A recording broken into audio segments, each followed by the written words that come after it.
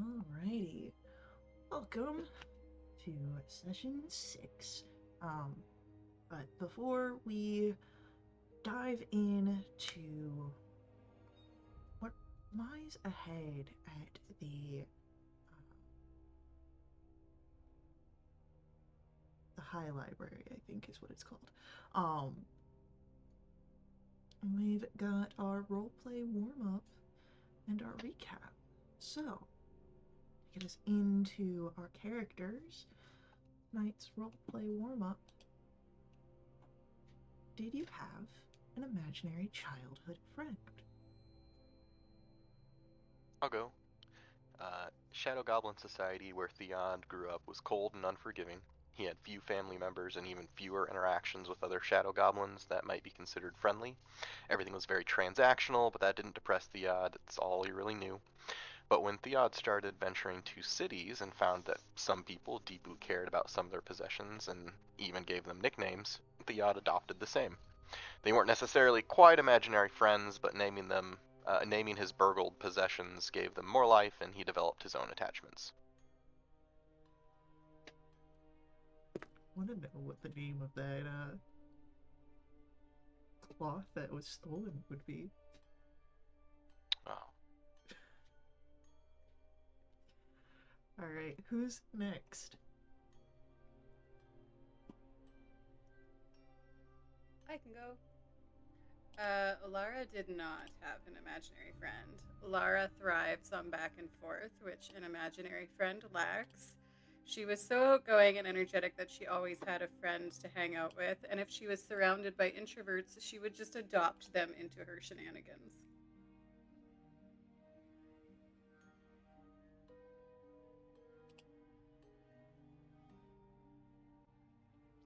I can go next.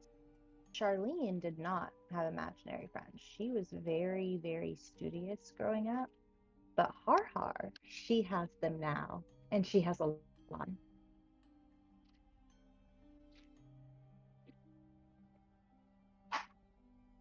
Elytra had a fox named Felix. Nice. Uh, Ellery didn't really have an imaginary childhood friend, but when she played pretend quite a bit, she held her own services in her room when she wasn't busy elsewhere. She had a few small rag dolls to play with too. A fat goblinoid named Jem Jem, a slender humanoid named Frats, and a draconic plushie named Lupe. Um, it's an insight to all of our seekers or investigators. But what is an investigation without notes? I believe we have a volunteer for this week's recap. I volunteer unless Elytra or Theod would like to. I'm good. all you. Okay, let's see here. We started out at a casket ball tournament. A dragonborn handed us a set of cassocks. The other teams were all personalized, and ours were ratty and brown, but they were still soft. Um, Har was working it. Laura was adjusting for her own athleticism, and Theod his was of his size, so he was very happy with that. We named our team the Tome Raiders, and we were set to be the third match against the Stone Cold Quillers. The first match was the Girls of Ash versus Dough or Donut. That is the question. It was a neck and neck match, but DOD won. The second match, Quiller Be Quilled versus the Candle Vandals, and Quiller Be Quilled won. We beat the Stone Cold Quillers, which were Goliath strong men and women. Um, Among some of the rules were no headbutting, eye gouging, deliberate arm breaking, or closed fists. Aaliyah fires her bow, and it's determined for the next match that it's not allowed, but it was a really good call because that was not against the rules. We all get bruises that start forming. Elytra and Laura notice heading back towards Exaltation. Bookworm is heading back inside. So they message Fembris to go tail Bookworm, and Bandit goes with. The fourth match begins. The Relentless Tossers versus Tribal Warfare, and the Relentless Tossers won. In the semifinals, Doe or Donut versus Quill or Be Quilled. Doe or Donut wins, and then we play the Relentless Tossers. Fembris comes back and says that Bookworm headed inside because it was too rowdy. He's disappointed that he was sent on an errand and didn't get to watch his favorite players.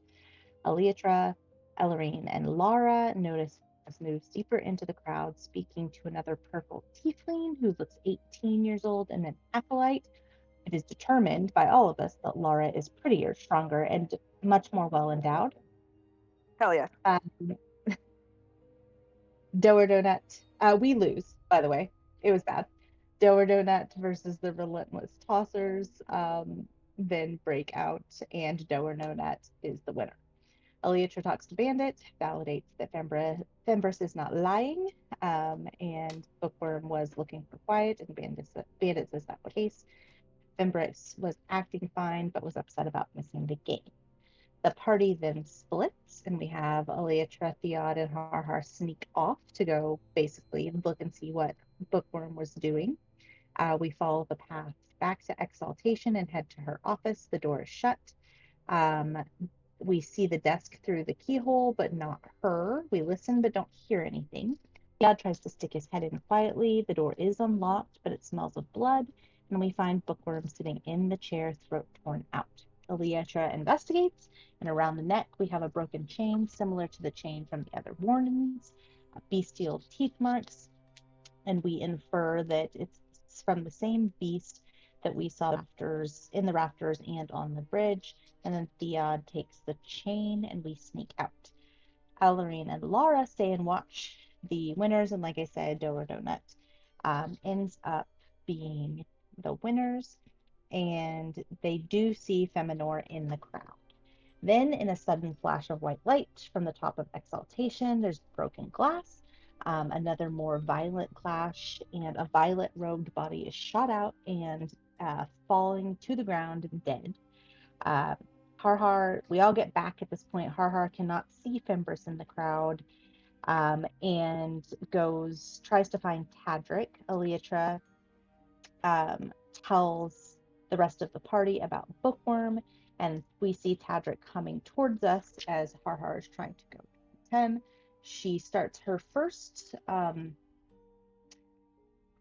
passionate endeavor as to find out if he is wearing anything around his neck. He will not answer. All he will say is that the wards have fallen. He casts fly on Harhar and Lara, and we follow him. Lara is not graceful about flying.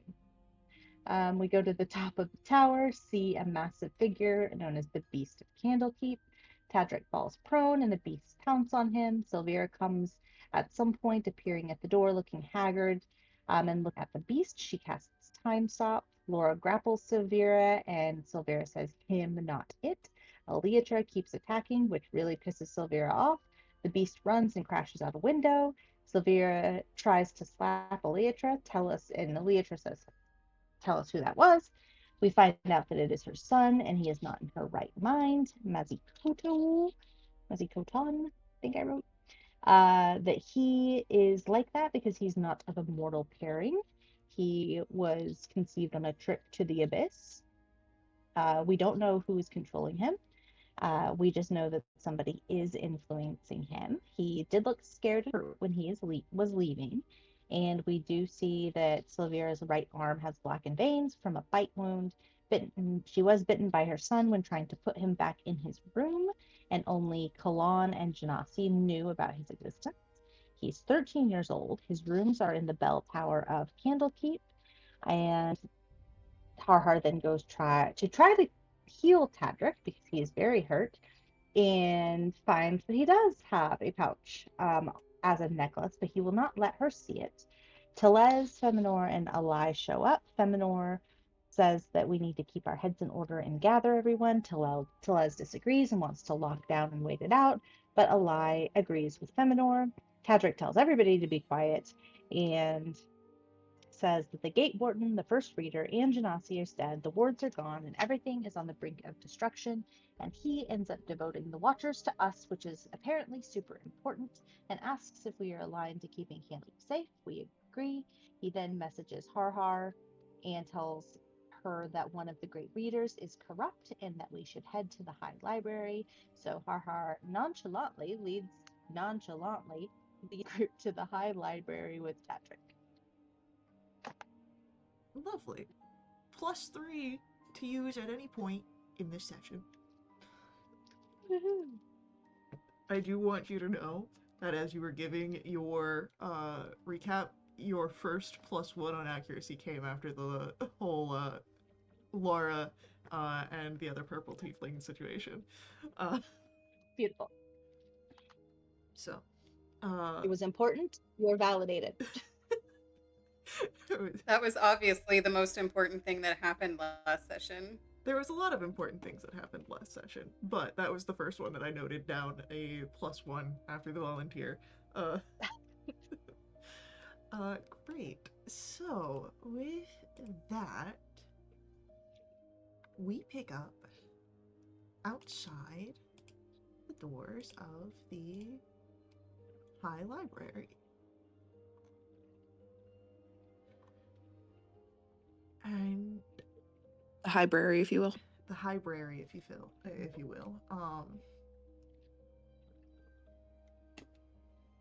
The um, the door is locked when you approach, but from the pouch around Tadric's neck, he draws out a tin, like one would keep a tincture or snuff within. And when he opens that, he draws a key. And using this key, he is able to unlock the door. And once the door is unlocked, the key goes back into the tin, back into the pouch, and tucked underneath his armor and robes.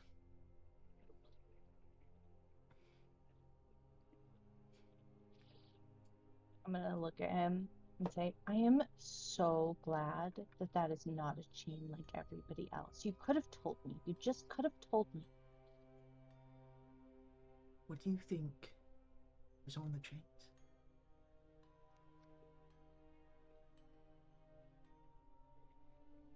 Oh my gosh. You are staying with us.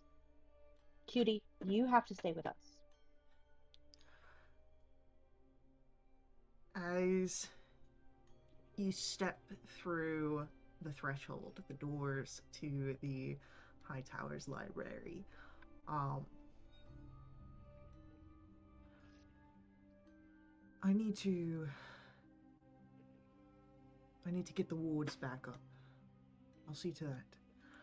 See if you could figure out whatever was so important to be in here.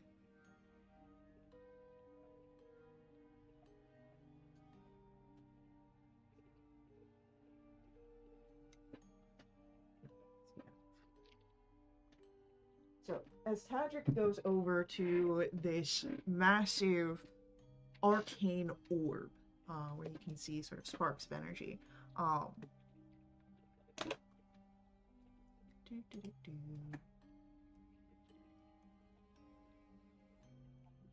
will say that it is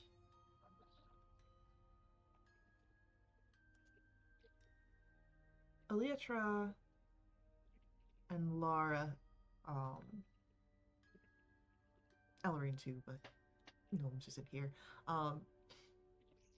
that notice something of interest.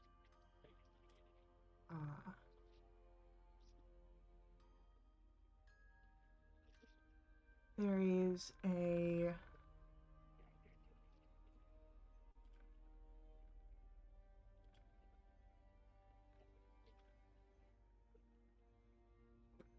It's a tapestry, is what you see.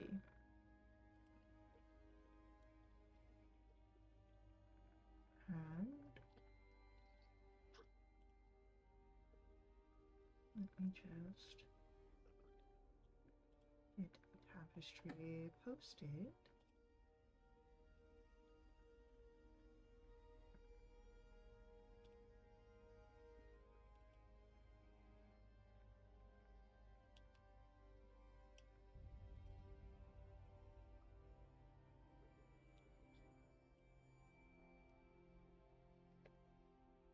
All right.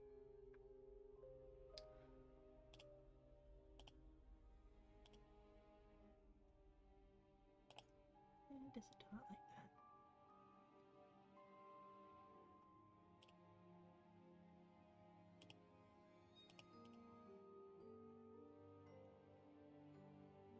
I wish I could save this as images instead. But while I work on making this more accessible, what would you like to do as Elytra and Laura spot this?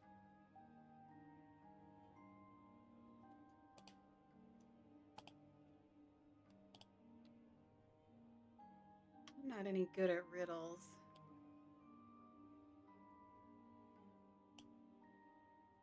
I don't know if I am either, but I guess point this out to the others at least.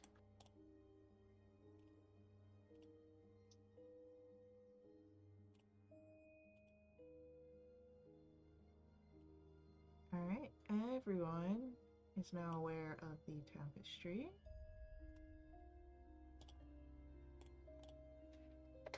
Which, there we go.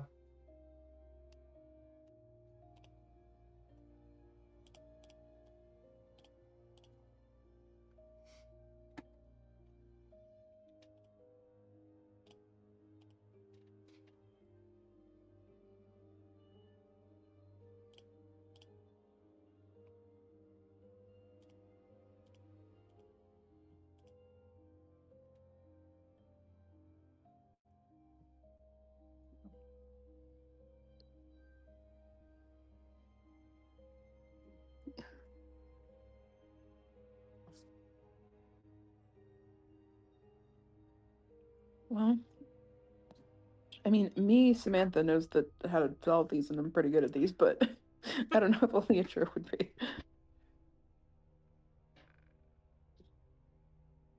Well, good thing I don't consider it a mark against a player knowing how to solve a puzzle, even if their character would not.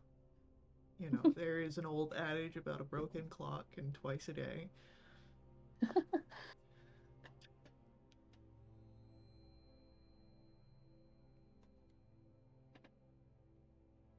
You gonna be chill, Max?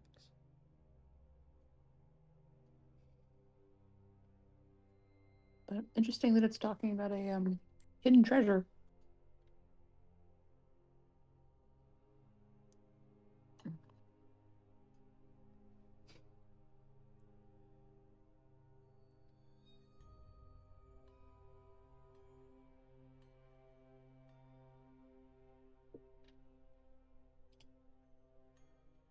Tara loves puzzles. She's not very good at them anymore, but she did love them. And so she is going to kind of look throughout the library to try and find something about Mistra.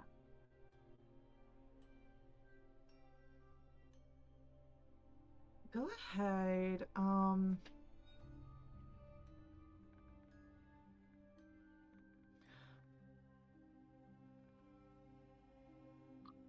Roll for me a investigation check here.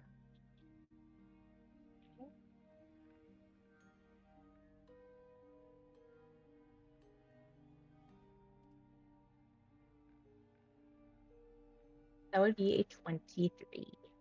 Lovely. With a 23, you're able to find some books that do deal with Mistra in this library. However, um, not much mention of the mantle, uh, but one mention of it relegates it to stars in the sky. This might be a constellation.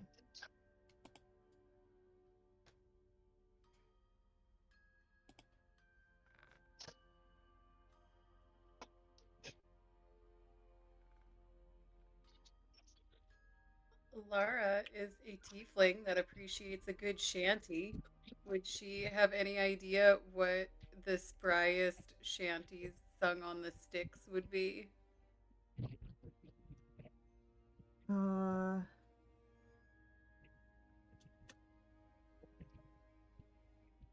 roll a history check. This is gonna go well. Well, that's a natural 20, but I got a -1. As you think back, there is a foggy memory. You've stayed one night,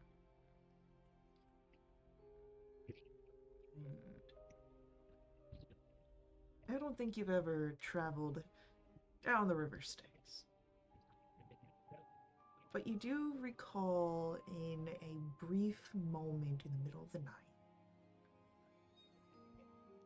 what sounded like shanty word or shanty song. And you heard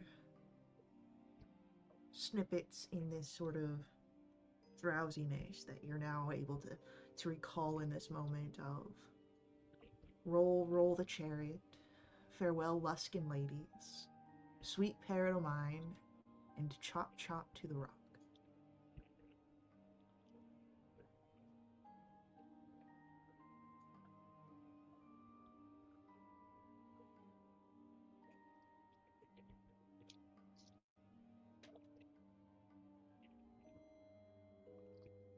Lara's just gonna blurt out chop chop to the rock.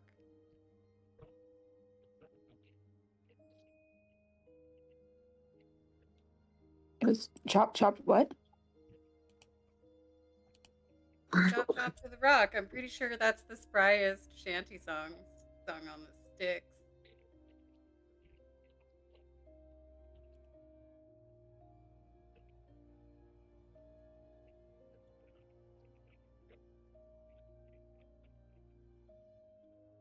Can I search for something referring to Bathayar?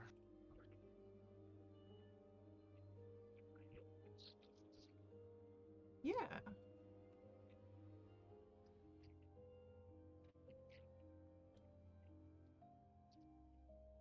I'll ask investigation. 10. Nothing in here is anything of that sort of name convention. Though I will say that a 10 will let you pick up this could be a halfling name. You haven't had much interaction with those, but it's definitely not a goblin name.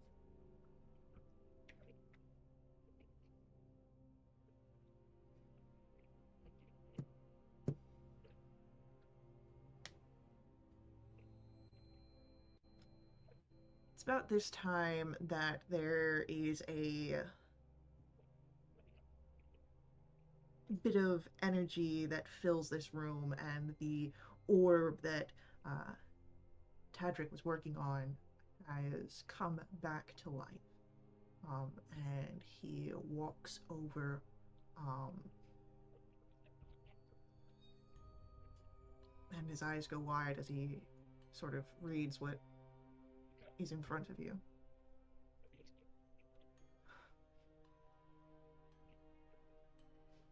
Well, I must admit,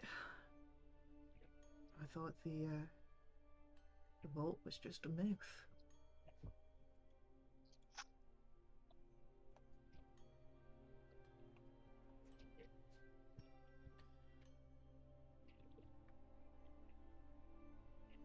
This means we need to find this. Anyone else, whoever took down the wards, gets to the Vault of Secrets. Who knows what?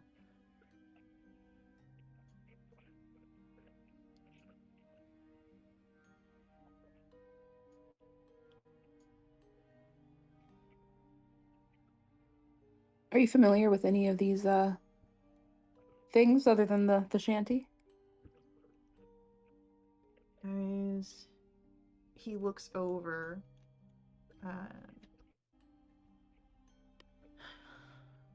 she who serves in spirit could be Miram.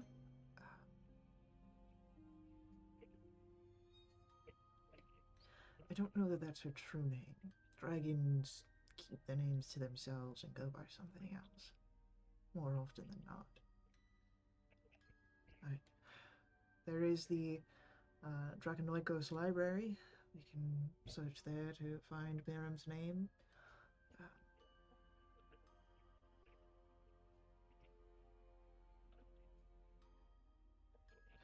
or we could try and talk to her, though I don't know that that would go much better.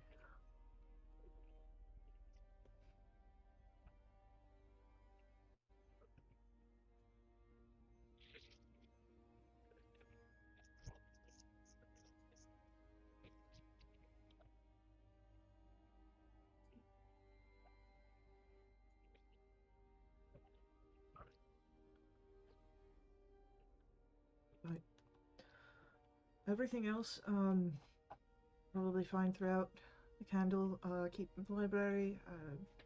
Mistra's Mantle, that's a constellation. There's the orrery of the Astronomicon.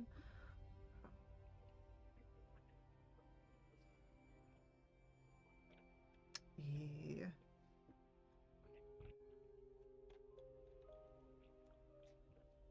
that they are. There is a statue for him in the School of Drama Library.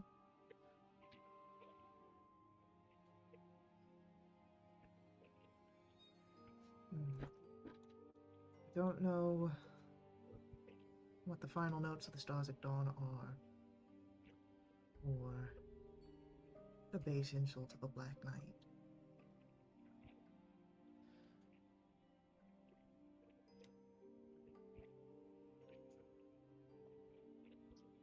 So should we split up and then meet back here? Sure, yeah.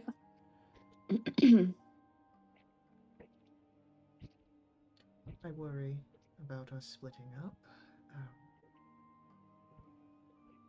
Well, don't worry, cutie. You can go with me. The wards were down for a not insignificant amount of time.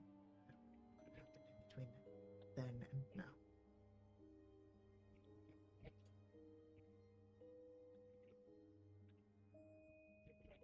Guys, I have a theory. I've been thinking real hard about it. I think these letters, they're using letters that aren't the real letters to hide the real letters. Yes.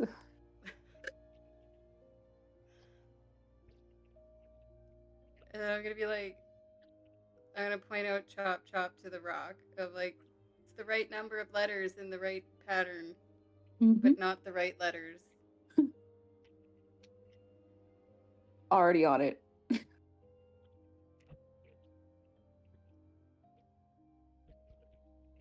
But thank you. That was well noticed. I just gave her kind of an awkward thumbs up.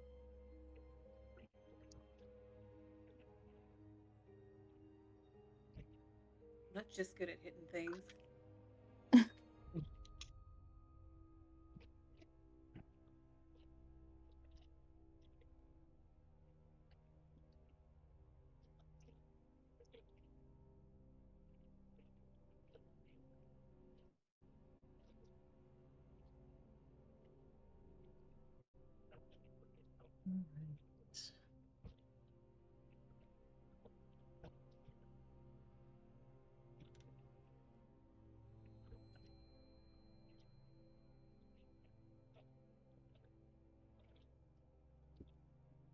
All right.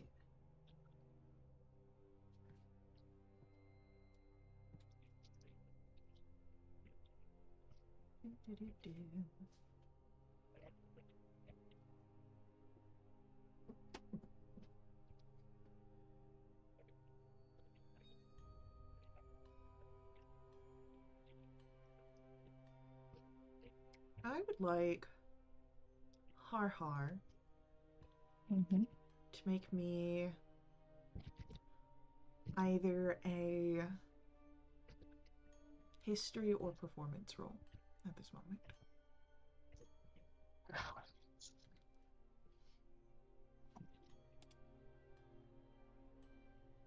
That is a 20.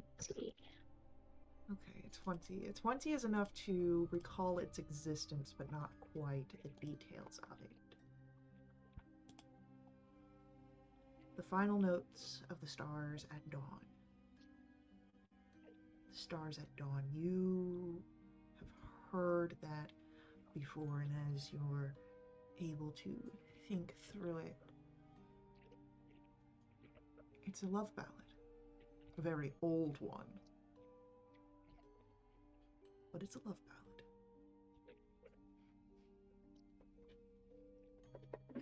Do I know this love ballad? Can I start Not- singing? Not with a 20. You just know of its existence with a 20. Got it.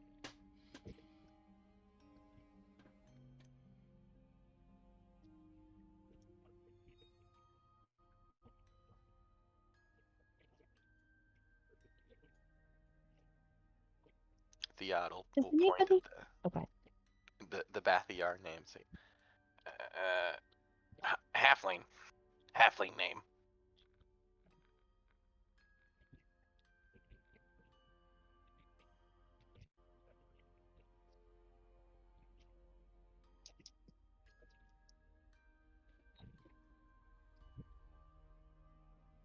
Now I wonder if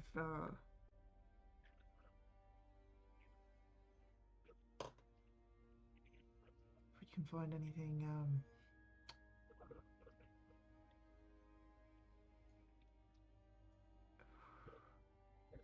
anything in the notes of maybe the keeper or of Kalan about what these might be, because they were carrying the keys and they knew of its existence, don't you think?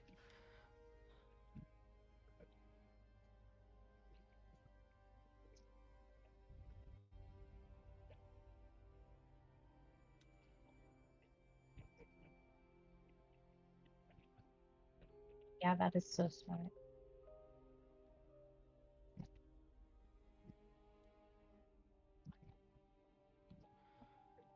All right, then. Probably be quicker to head to the keeper's chambers than Kalan's. To keep everything closer. All the libraries and whatnot.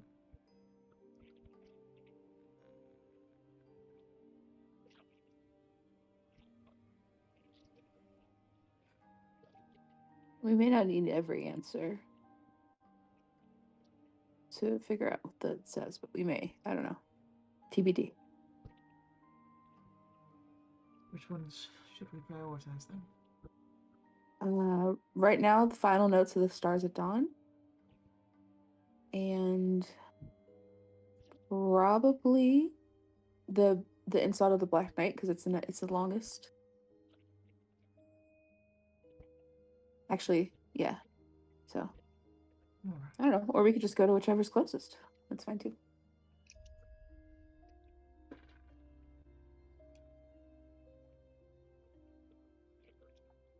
Which one is closest? Um,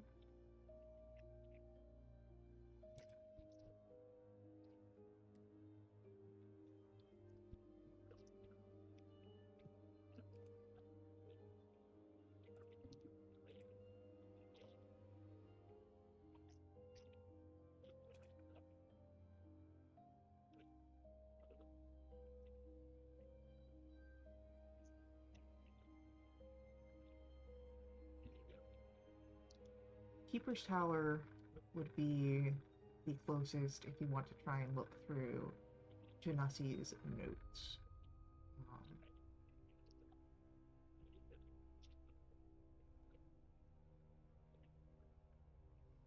Beyond that, there is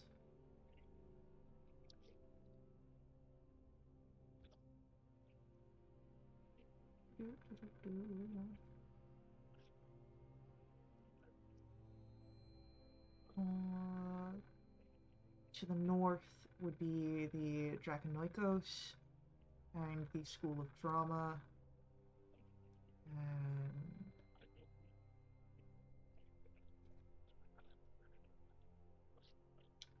and in the east would be the Astronomicon.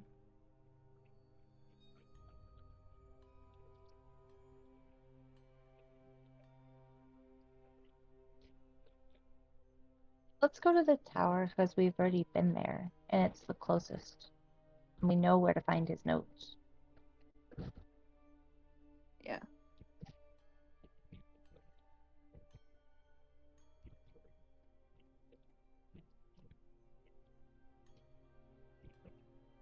As your troop moves, heading to the familiar spaces of the Keeper's Tower,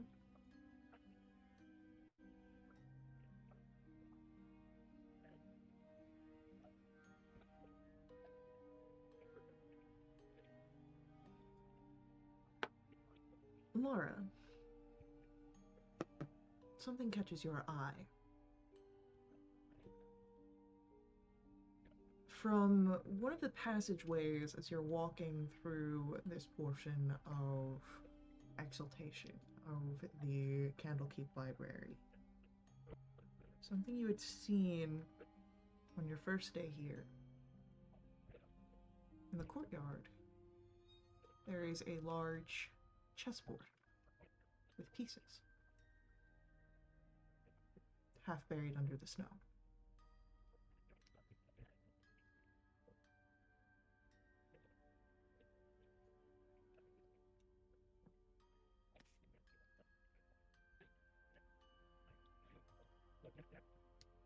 I wonder if that chessboard has anything to do with anything.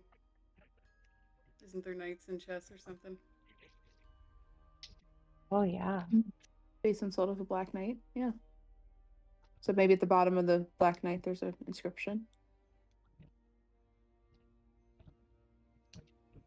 Could be worth a look. And that chess set has been here since before I've been here.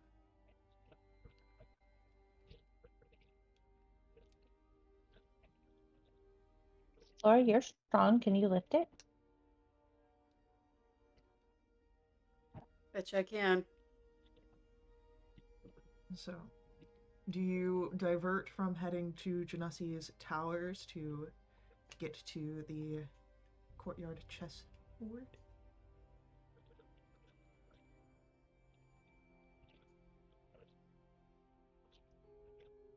Yeah, let's do it. Alright. It's on the way. Kind of. Kind of. It's a detour.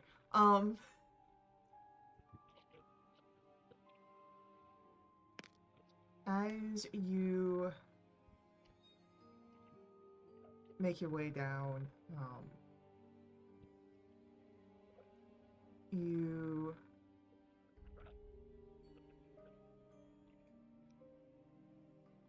there are two knights of a upon the black side, Cyric side if you're playing lance board, or dragon chess. One of those.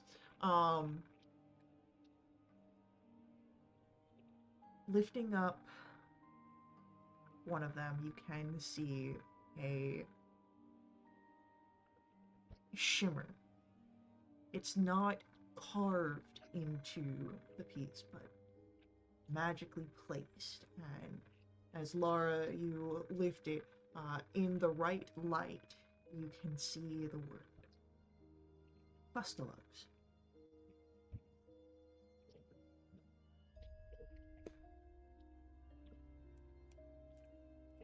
Does anyone know what that means?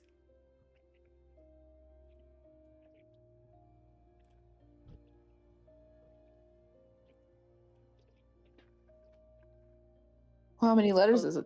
Does it line up already, or?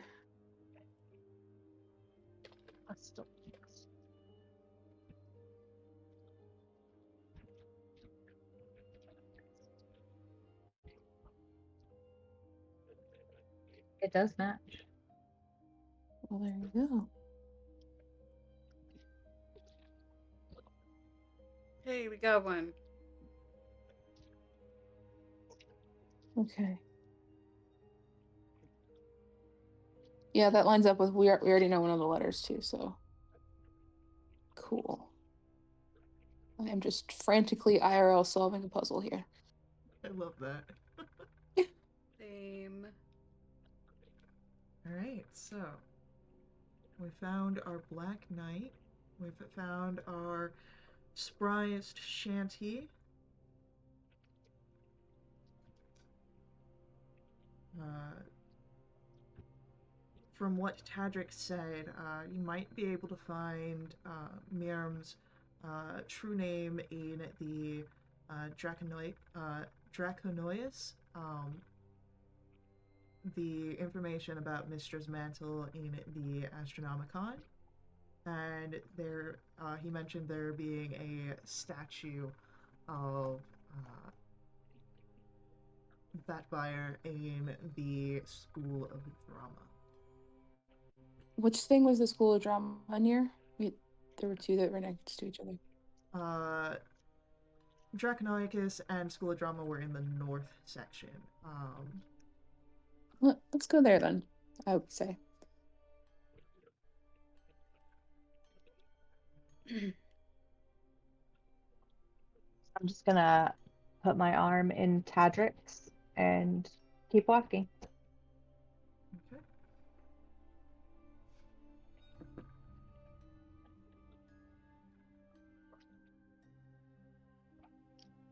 As you're traveling to the north portion of the inner uh, section of Candlekeep,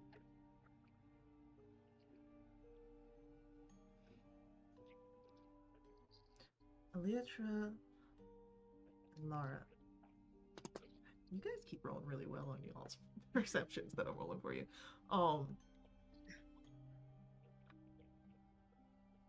You hear a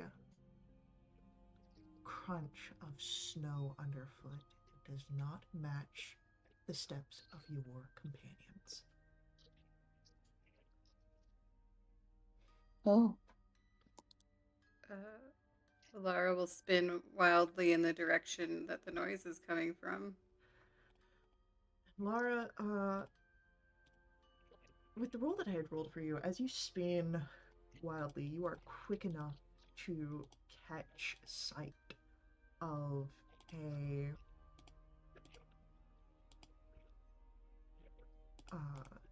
figure. You see a figure cloaked in a light gray, just bordering the white snow that would be seen in the shadows. Hey!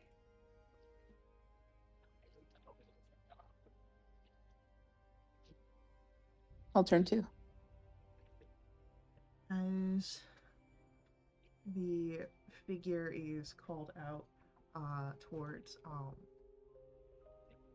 there is a sharp whistle from that direction, and you are all able to see now this figure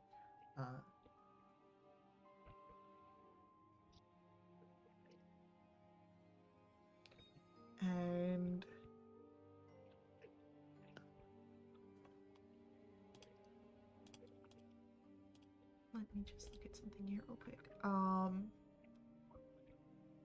Elytra and Harhar, with your passive insights, that short whistle, definitely sounded like an alert to somebody not here.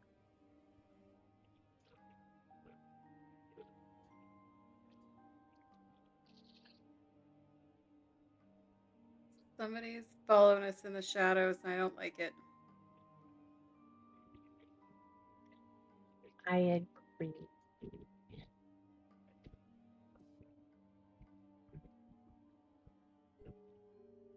Can I see that person? You saw where they were when Lara had called out to them. They did not stay put when they whistled. Would you like to move in the direction that you had seen them?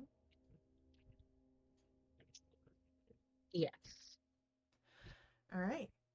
As you make your way over there, you would notice the figure scaling up the wall of one of the buildings here, as another figure is holding the rope at the top, at the roof. Would they be 60 feet from me? The one on the roof, yes. The one that is climbing up, no. Okay. Wait. The one on the roof, yes, is 60 feet. The one on the roof. The Is one. outside of 60 feet. So Okay. The one that's climbing is within 60 feet. yes. I would like to cast Hold Person, please. Yeah, of course. Um, Be a wisdom saving throw. that's gonna fail. Lovely. They're paralyzed. And Crap. I'm just going to skip where they land. Well, they're paralyzed holding onto a rope. Oh, I wanted them to fall. They That's are. okay. Has this been pointed out to Theod? Theod would have seen where Har left, and you all would have heard a spell being cast.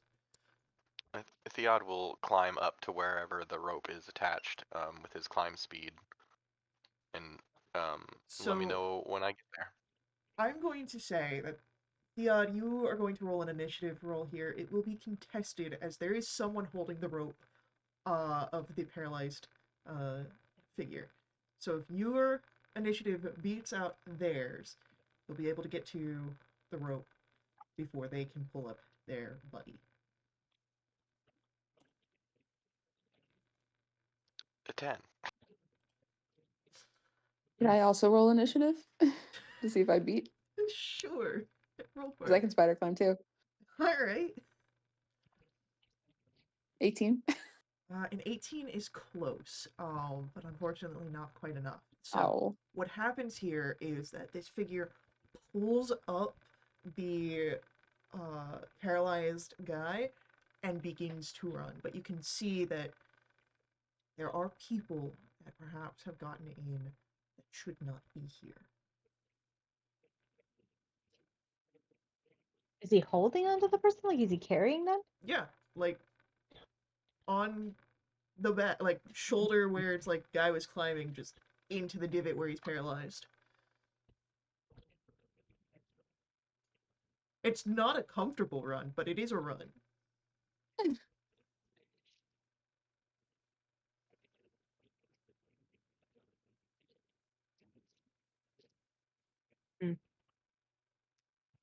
Is any run a comfortable run? Really?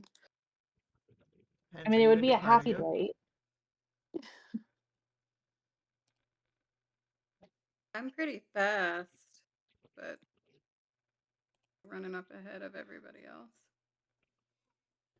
Would I be able to get in range to throw a dart at them? Yeah. Would I also have a? Would I be able to close enough distance so I can take a bonus action to steady aim and throw a dart? That might be pushing it a little bit. Oh, just time Can wise. I shoot an Yes. arrow with my longbow, which has a very long range on account of it being a longbow? Yes. And if I hit, it reduces their movement speed by 10 feet. Sure. Um, Combo move. Yeah. yeah, go for it. If we're shooting Okay. this guy, Lara will run and be prepared to tackle them if Okay, they're that's 28 to caught hit. up by the arrow. Yeah, that'll hit. You get him Eh, right in the Can I knee. It's gonna get can I 11 damage, but yeah, I'm not shooting to kill. I'm shooting to take him down. can I use the steady aim Yes. for an advantage shot? Yeah. I'm aiming for like the ankle or the Achilles. Well, I mean, he's already got one fucked up knee. If you want to go for the other one, Good. I am. I rolled a 26. yes. Okay, Watch this and then guy be an ally. We just fucked him up. for my sneak attack, Oh, we getting fun rogue shit? yeah, I would like to exchange. I mean, I'll use. Well, let's see. I want to use the trip one to give them the prone condition. Okay. I don't want to kill him though, so I'm still gonna do 2d6 of damage, and then one of them he has to make a DC 15 Dex save. Okay. Oh, it's a lot of damage and 11 sneak attack damage. Alright, so that's 18, 29. Whoops. At least I'll have the held one. Yeah, Shoot to incapacitate, you know. that, I gave him disadvantage because of the fucked up knee. He's prone. Hell yeah. Get him! Am I able to run and tackle this guy? I mean, he's Yeah, got two he's fucked all up messed knees. up. He's not going They're on the anywhere. roof. Did you He's climb prone. up? I'm still on the ground. I know that Theod and Eliatra climbed up.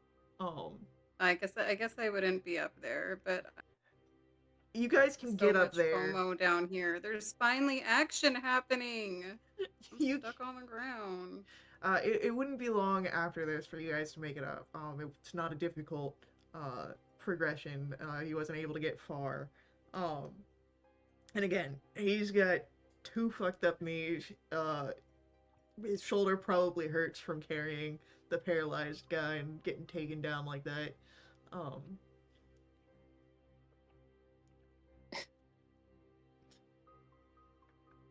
Just walk over and say, well, well, well.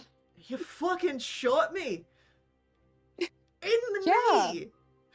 Who does Yeah. that? Have you ever played Skyrim?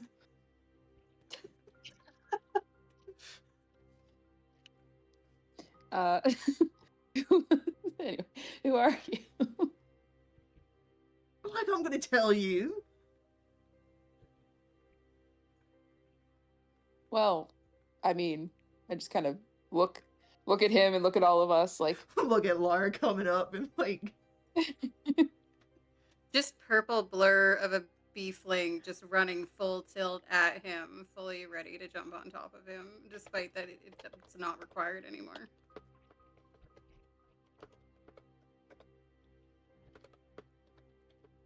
better start talking, my guy. whatever you do to me can't be worse than what's waiting for me if I do talk.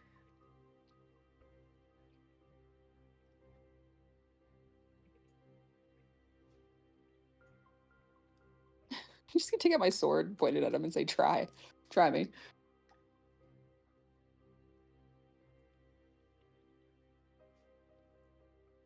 I need to make a roll. Eliatra, you have seen cornered animals. You have been in a position like this before, and you have seen the fear in the eyes of a beast who thinks they're about to die at the hands of someone in front of them. While you see fear in the face of this guy on the ground, the fear does not seem to be towards you. Hmm. What are you scared of happening if you tell us? Roll a persuasion roll. Oh, I have famously high charisma. Yeah, that's how you're getting Vushati. Okay, 17. 17. I rolled high. So, yeah. He looks between your sword, between Lara's fists, between the paralyzed guy on the ground and his knees that are both fucked up.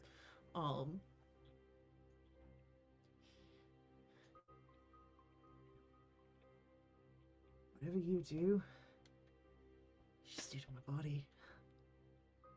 Whatever he does, he can do to all of me. Ew.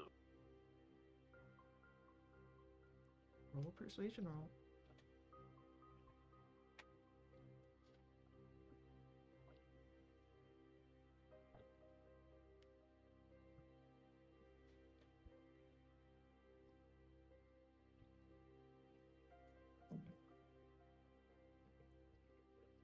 Ow, Max, you got nails.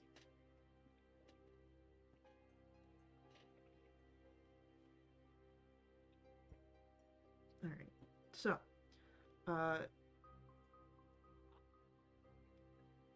you have learned, at least from this interaction, that the guy you're dealing with, maybe both guys, are working under someone else.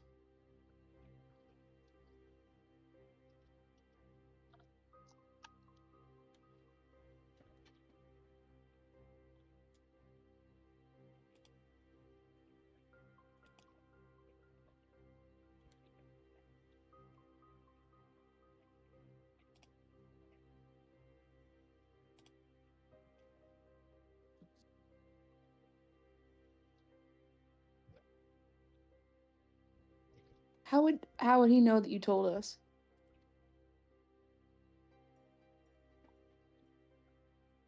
He's got eyes everywhere.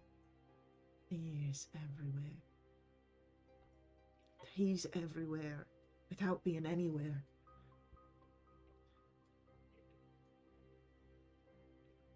Is he in your mind? You don't need to be. Okay, well, I'm gonna message him and say, if you respond to this, I'll only hear it in my head. You don't have to say anything out loud.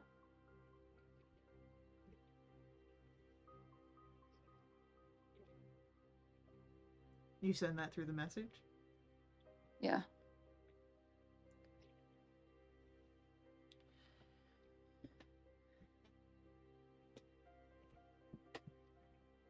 In the response that you get,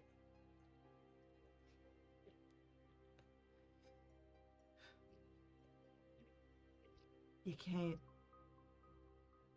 outsmart him. Too many people have tried.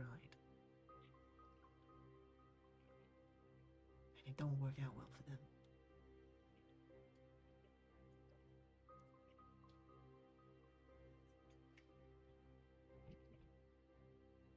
You don't understand how motivated I am to go live in a woods with a moon elf, so. Oh, as you say that, your eyes pick up on something. I want you to roll for me a history roll. Okay. History. Nat 20. At 20, 22. you spot a symbol on the guy here. A winged snake, almost. Pitch black and surrounded by a gold embroidery, and your mind picks up on it immediately. You may not have been in the city often, but when you were, you've heard of these figures. Centaurum.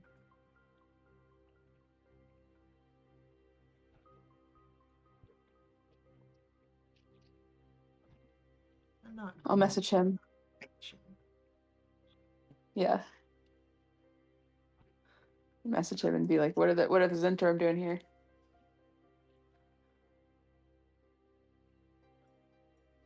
Orders. His orders.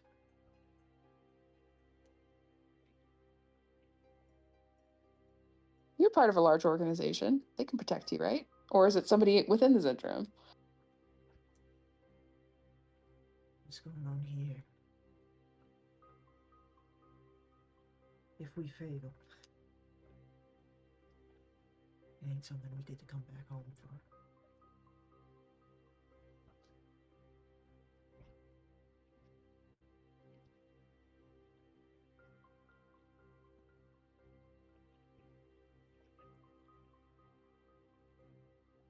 Mm.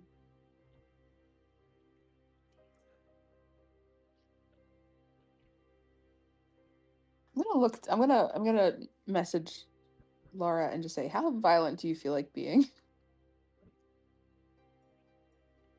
How violent do you want me to be? Oh my god, I've never had anyone ask me that before.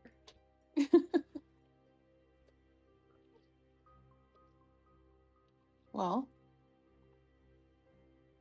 maybe we can still make this guy talk, but it might be pretty violent, although he seems pretty reluctant. So I don't know if it will. I'll just get out the brass belaying pin. Yeah. Just give me a reason to use it, bud. Let me make another roll here.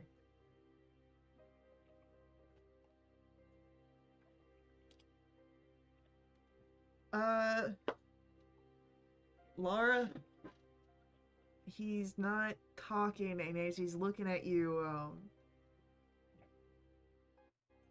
there's fear in his eyes. You could work with that.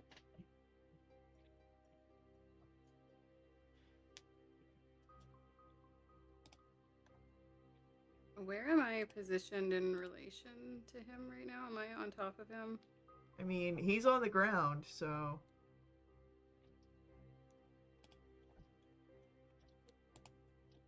I'm so close to I'm so close to getting this. It's almost finished. Yeah, same. Like, I'm having so many difficulties. I'm like, I want to read this now that I think I figured it out, but I'm supposed to be interrogating this guy. This guy is irritating Caitlin. That's why I was like, I'm giving it to you. Damn it! It's an underhanded play so that Sam could finish the cryptogram first. Okay, I'm gonna position. Oh, sorry. Was that No, I'm gonna give you booming voice while you do interrogate, so you have advantage on intimidation. I'm gonna lean down. I'm gonna put one hand so that I'm pressing weight down on one of his fucked up knees. Do the arrow one. And then I'm gonna hold whichever one is worse. Yeah. And then I'm gonna hold the brass belaying pin like under his throat so that there's a lot of pressure there, but he can still talk, but it's not comfortable. I suggest you start talking. Like I said, whatever you do to me, you just do to my body. He can do anything to, my soul after the fact, especially if what he's looking for is here.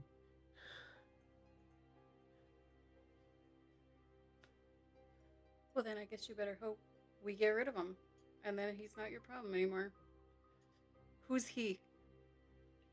Give me an intimidation check. Okay, I am technically proficient. Advantage. You do have advantage here as well. I have advantage? Because I used okay, I rolled the same each time. That's a 13. Okay. 13. He's reluctant to share, but go ahead, give me a history check with advantage at this moment as you spot something.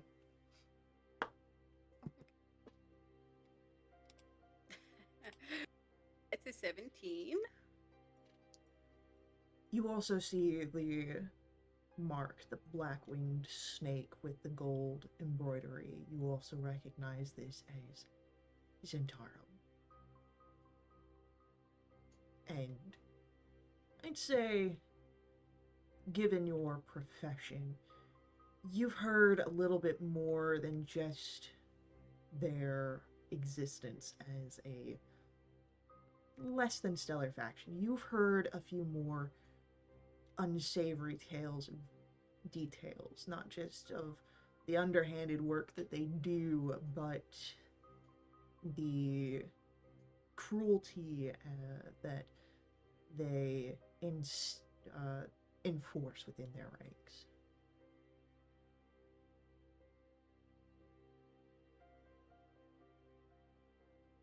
Um, okay.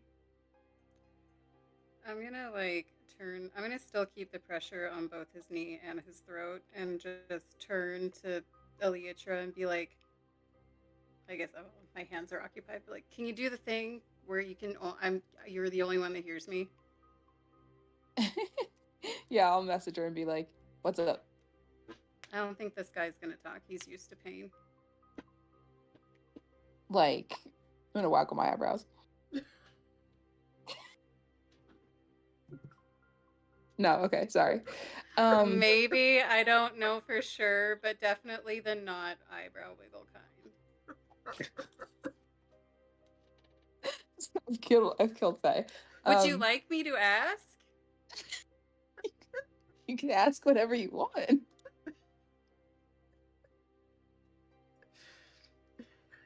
Yo, man, does this do it for you? Like, how into this are you right now? Should I stop or?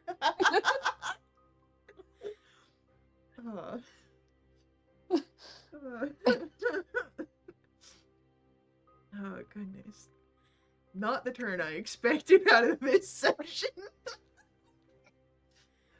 Laura Reggie's social doesn't. cues are a little bit mixed up sometimes. Caitlin said that Laura doesn't say that. Yeah, But I'm like, because... okay. No, but what I actually say is, yeah, it doesn't, I agree, he seems reluctant, so I guess just threaten him not to come back, to get out of here. I was thinking about just clobbering him hard enough so he's not a problem anymore, but not. Oh, well, that's dead. fine too. I don't care.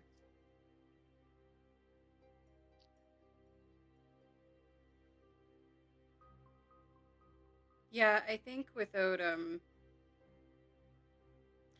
warning, I think Lara's just gonna smack him really hard on the head with the brass belaying pin and hope it just knocks him unconscious. Yeah, go ahead, give me an attack roll at advantage. I get to do something that I'm good at. That's a 24. Describe to me how you knock this man out. Lara considers asking the question, and then she's like, nah, I don't care that much. And then just, beats him really hard right in the temple with the brass belaying pin. He slumps over, and you can see in the guy who's paralyzed, like, he's watching the entire situation where he fell on the side. Yeah. I'd say, you all kind of see, like, the sheen of fear in the eyes of a man who can't move and has just witnessed this.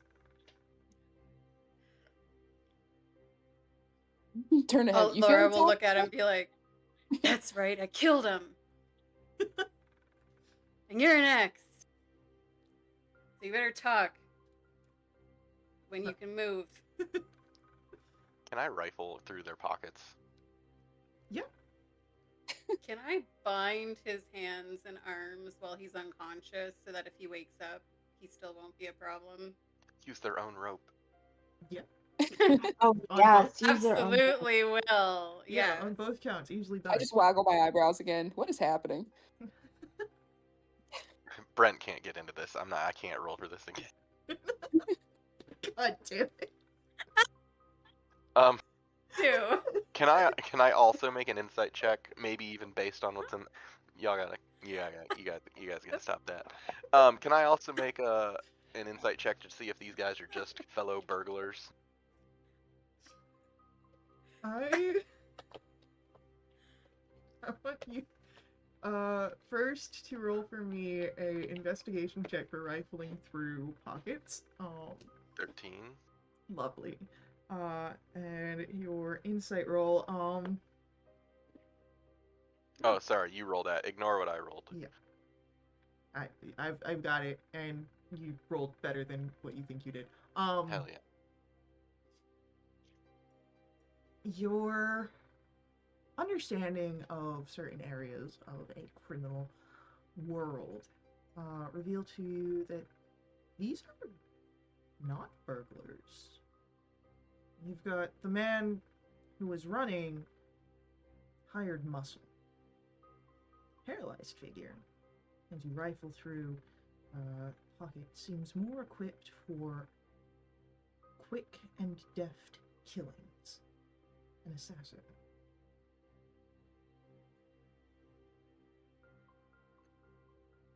Not here to rob. Here to kill. At least these ones are. Where put the others?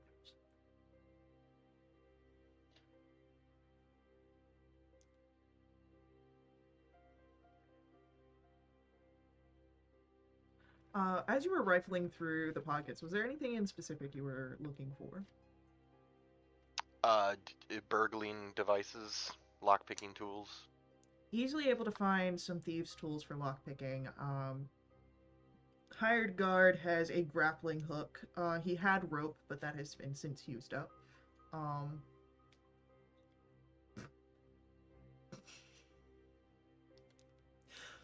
should not look at the chat room.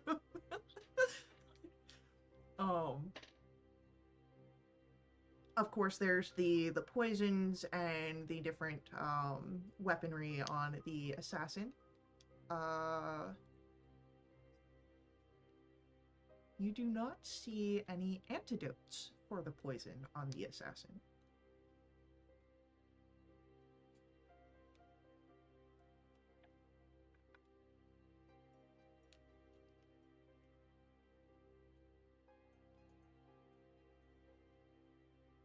That's about it.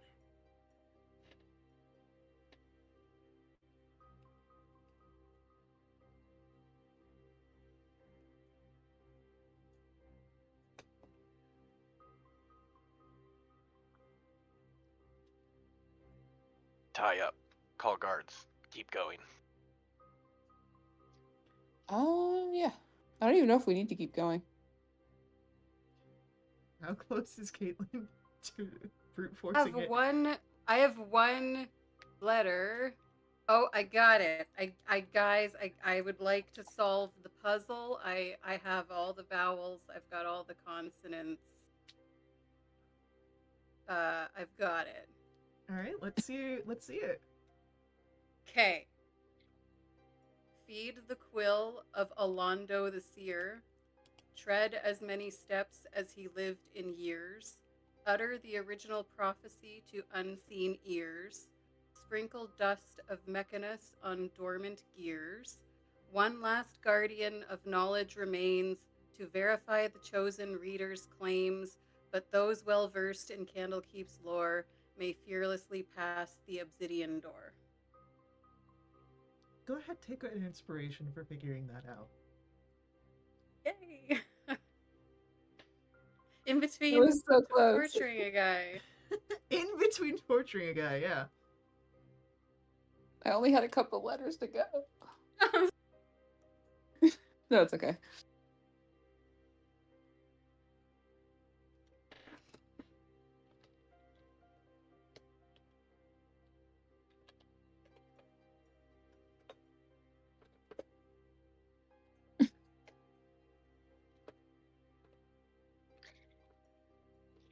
I'm gonna turn to Tadric and ask him where the obsidian door is.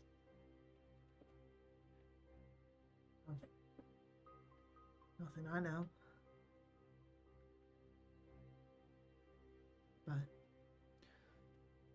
Like I said, You know who knows doors? you know who knows doors. Sorry, I like yelled that. Appropriate. Someone say doors. um, no one ever goes to the High Tower Library. The only people who had keys to that, the gate warden and the keeper. Kalon gave me his on some hunch.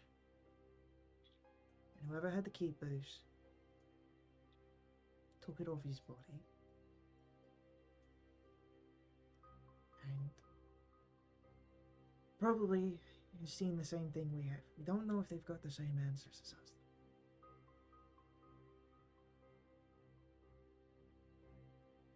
We might be ahead of this.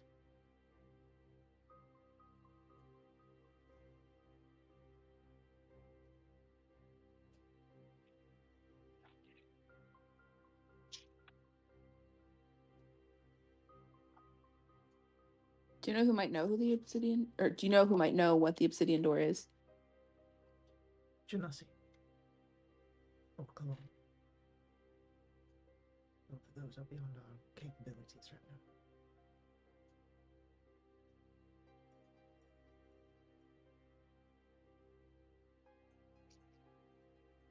Do you know who Alando the Seer is? And how many years he lived? Alonso this year. Of course. He's the one who started Candlekeep. I don't know how long he's lived, but I'm sure we can find that information here.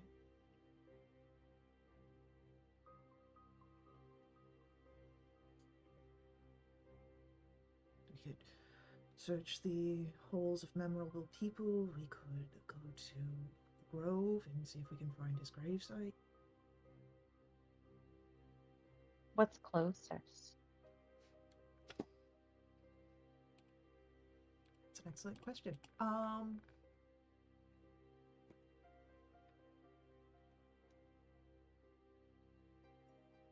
Hall of Momentous Deeds is in the East Inner Ward. And the Grove is...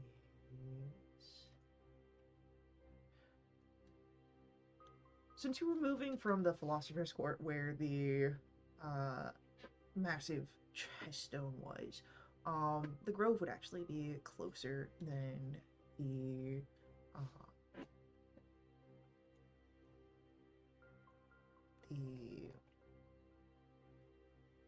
Hall of Momentous Deeds. Judy, are you gonna call somebody to get these things? Oh, yes, no, I've sent a sending already. As soon as you You're so great. mentioned alerting the guards,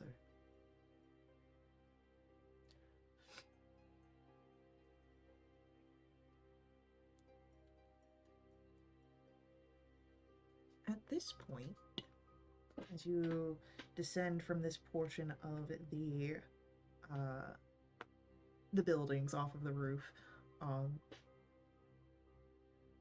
you'd all be able to see this. There's a figure moving quickly through the area towards Exaltation, towards the library, and you see Fimbris looking shaken.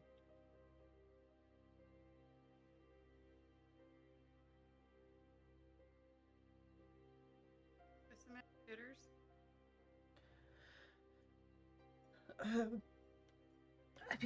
I everything that happened, there was the explosion, and I didn't see you guys, and I didn't know what to do, and so I started looking in different areas at the hearth and the house of rest, and I thought maybe trying to find you elsewhere.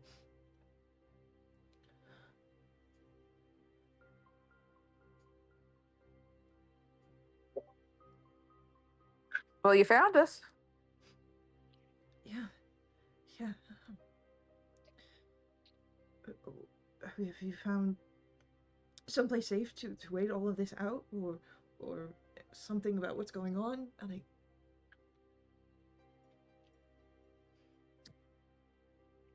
don't think we're waiting it out. I think we're diving straight into figuring it out and fighting the guy who did it, probably. So. You know who did it? Oh, no, but we're finding that out. And then we're going to fight him, presumably. I don't know. Okay. Okay. Yeah. Yeah. I'm going to show him the the translation of the cryptogram and be like, do you know what any of this means?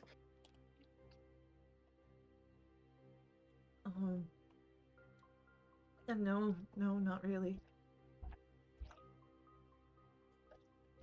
I mean, Alonda the Seer gave a ton of prophecies, but I mean, he prophesied almost every year, well beyond the ones he lived.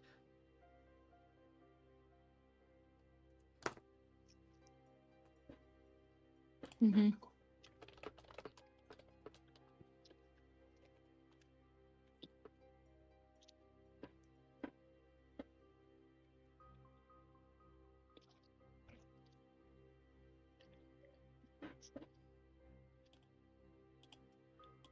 Ellerine, I'm going to message you your insight.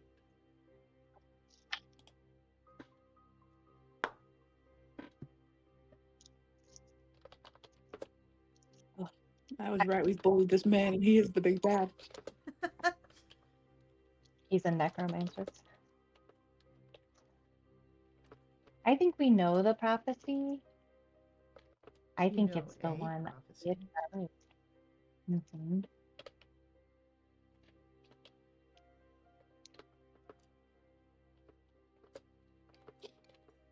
Would I notice Ellery noticing something?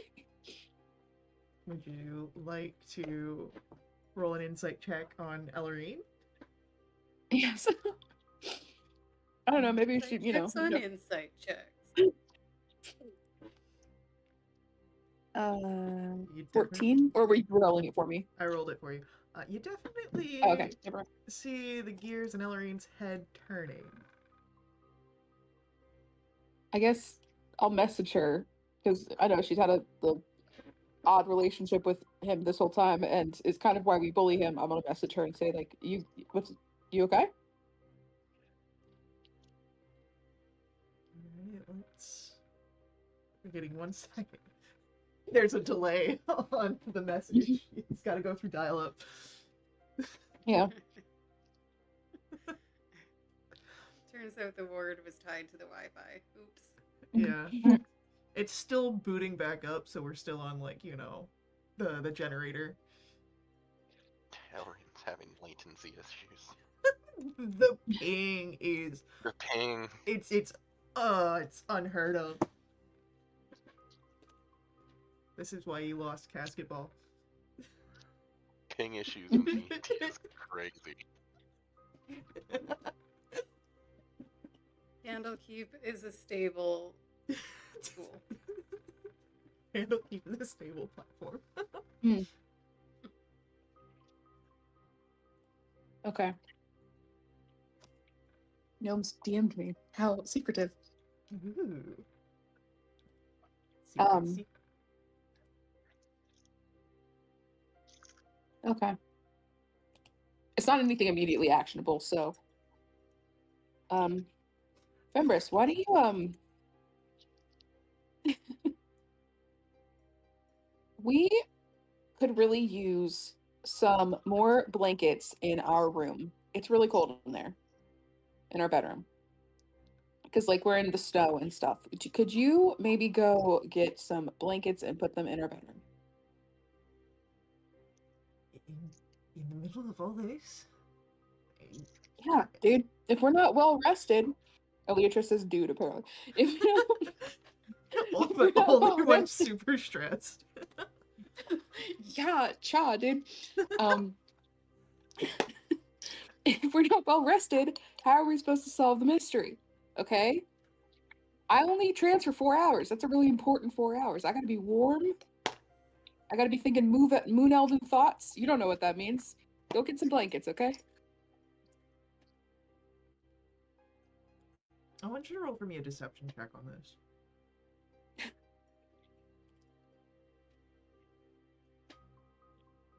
And Okay. Can I help her and just say, I'd like some wine too, butler. Thank you. Okay. Elytra, if you'd like to make another roll, we'll take the higher of the two. 9. It's So worse. it's a 10. Lovely.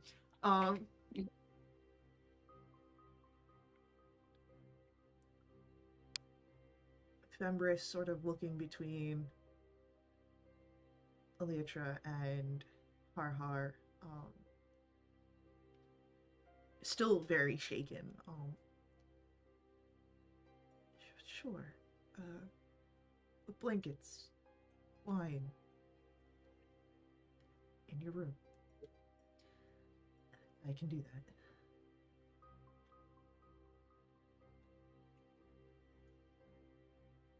And he'll turn away from your group and move to go find blankets and wine.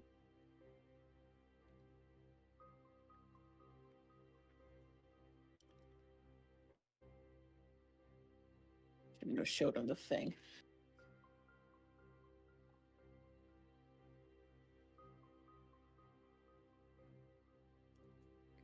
Guys, I like blankets as much as the next person, but like, why were we so focused on that aspect of things right now? He can't come with us. Something's off with him. Not Why? sure what. I don't know. I'll look to Ellerine, let her explain.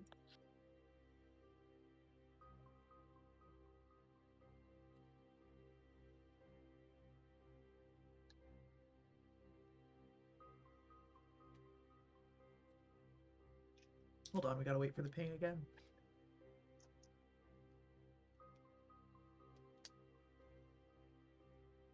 Yeah.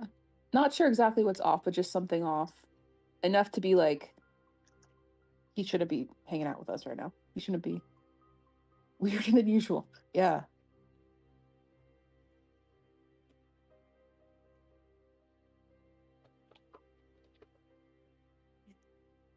Do you think maybe he just needs like a hug or something? No. Could I? Wait. I don't want to waste a spell on that. I was gonna say, could I summon a rat with my hat and have it skitter on after? But then I'd have to talk to the rat or see through its eyes. Could do that though. I don't know if the rat could keep up with him.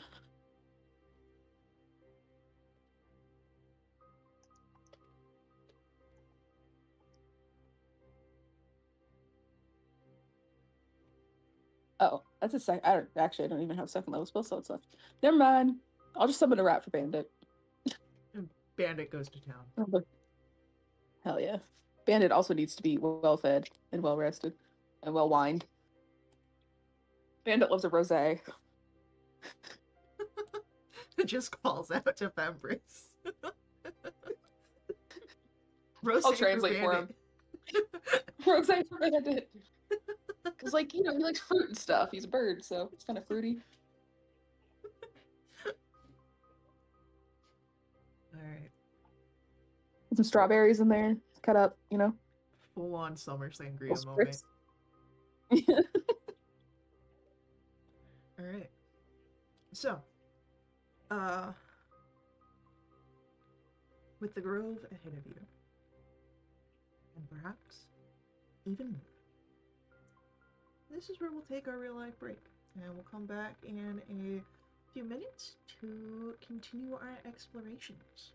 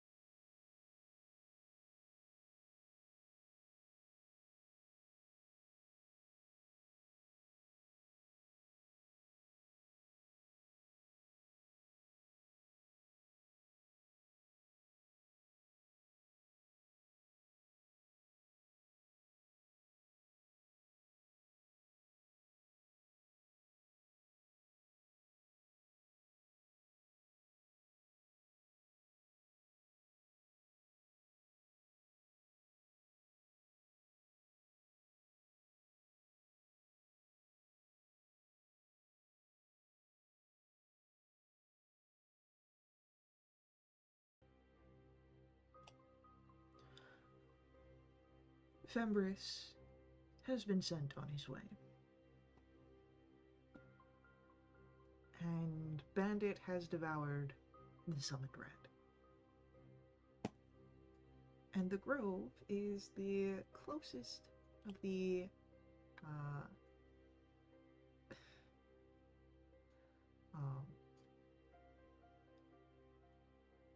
of the options of which you might be able to find the information of Alonda.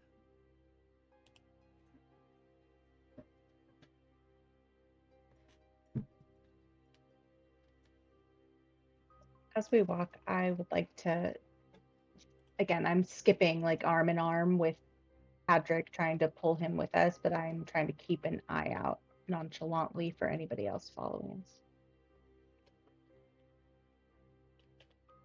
All right.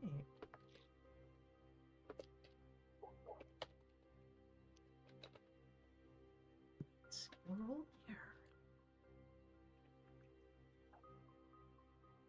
Okay, I've got that noted down. As you move.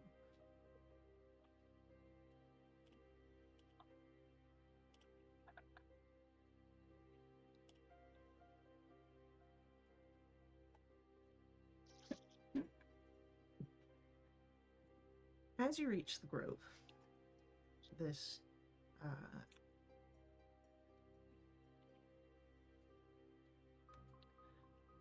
garden of a cemetery. It's gonna be a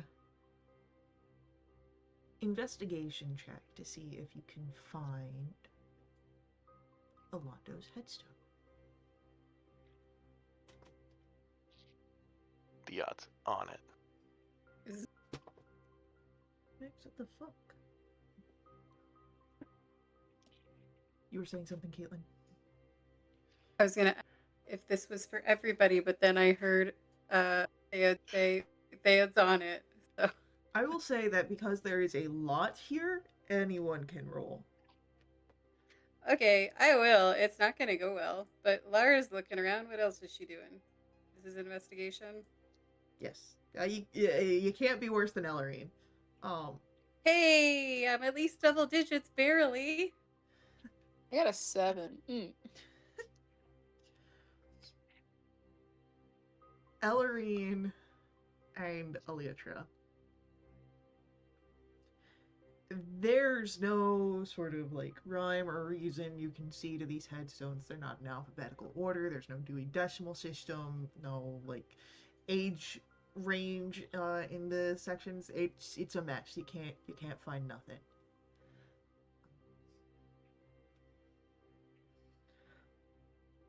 Can I ask Bandit to fly up and see if he sees it Sure. from a aerial perspective? Yeah, totally. I don't know what his. Hold on. If he doesn't have an investigation score, it'll just be his intelligence. Yeah. Let's do this guy. Intel +2. Okay, so +2. 11 + 2, 13. 13. No, he's definitely seeing the different graves, but nothing that speaks to him immediately as Alondo. Laura, there's some pretty cool people based on the epitaphs that you're seeing here that are on the gravestones. Like, they're all, like, they're not cool like you and Anchor kind of cool, but, for a bunch of librarians, they're pretty Who cool. is? Yeah. But Har and Theod with 16s, you would be able to find the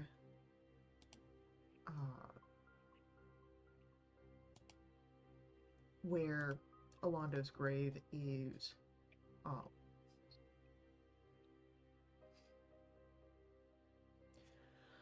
And it's weathered. It takes some time to inspect it, but you can see that Alondo the Wise lived for 97 years.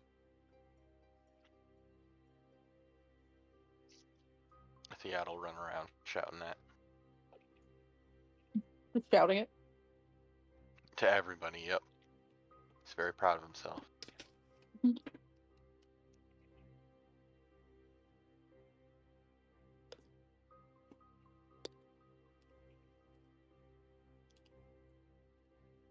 Nice job, Teddy.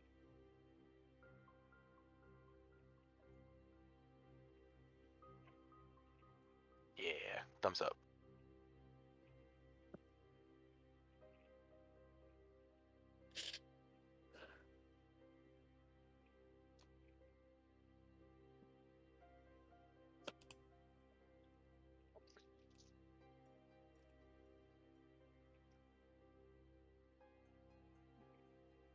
Can I just look around to make sure that we're alone?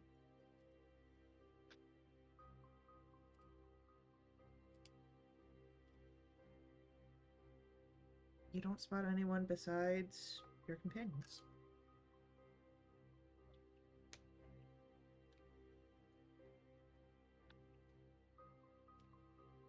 Cutie, where would we get dust of Mechanus?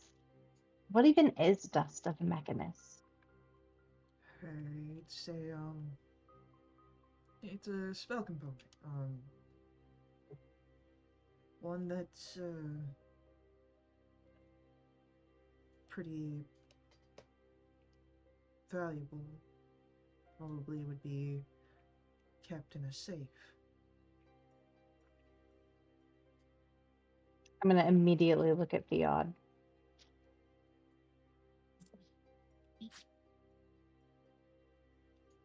A slow, wicked grin starts to stretch across his face.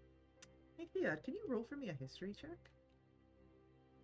Isn't there something taken from a safe in Genesi's room? 15. You remember there was something strange, looked like maybe like sand or something that was kept in a bottle in Genesi's safe. Safe. The dead guy's safe. I think there's quite a few dead guys at this point. The first one.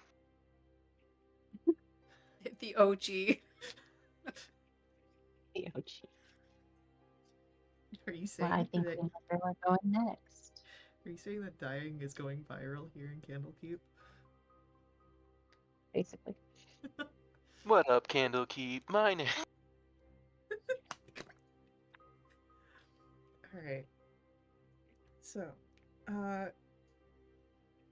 yeah, trek back to the Keeper's Towers, this time not being waylaid by a chessboard out in the courtyard.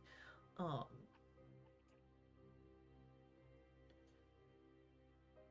the body's no longer here, but it is still a bit of a mess.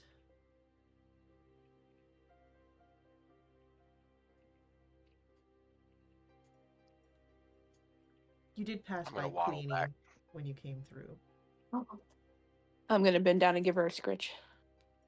And unfortunately, I don't have very many spells left for the day, so I'm not gonna cast Speak with Animals, but I will just give her a little scritch.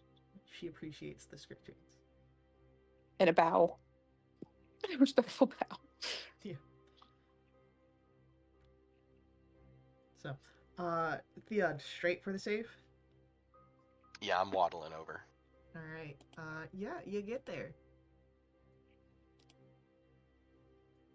That dust in there. The dust is in there. Can I try and also pocket one of those bags of platinum? Sleight of hand. Oh, only a 17.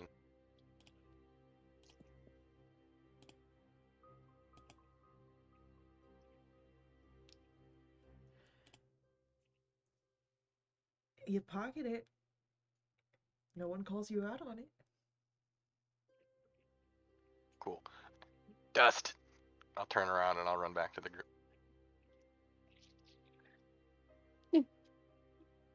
Did I clock him do that? Would you have been keeping an eye on Theon? I mean, I knew what we were coming in here for, so I was like probably watching him. Okay. Then let me roll real quick. Yeah, Aleatra actually would have spotted that. Okay. I'm just gonna message him and say in Goblin, really? Back in Goblin. Split it. Back in Goblin. Hell yeah. No further response.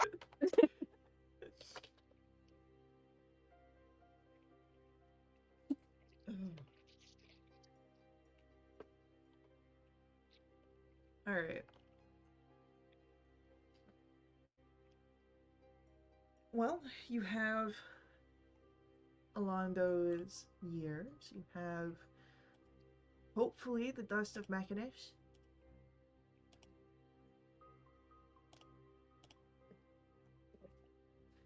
Why do we need to sprinkle the dust on my boss, though, while he's sleeping?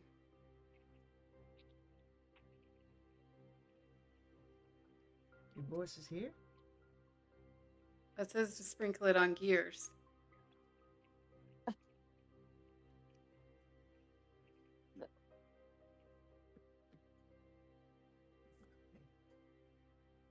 Can't argue with your logic.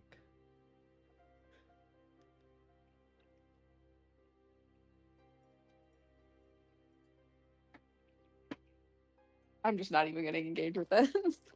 Keep walking. Lara is saying that tongue in cheek. She knows it's not talking about her literal boss.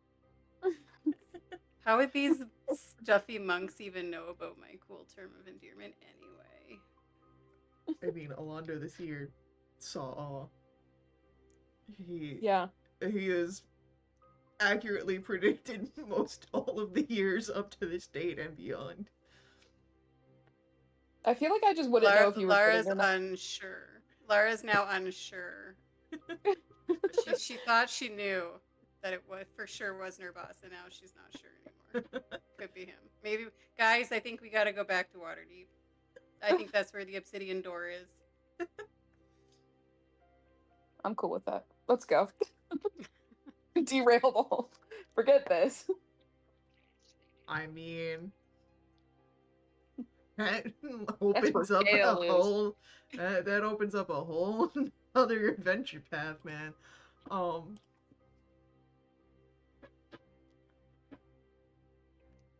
right. So,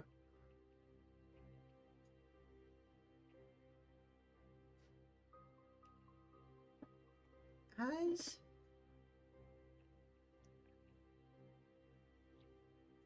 you are leaving the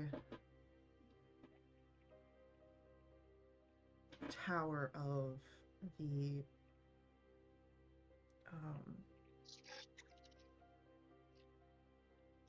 of the first keeper,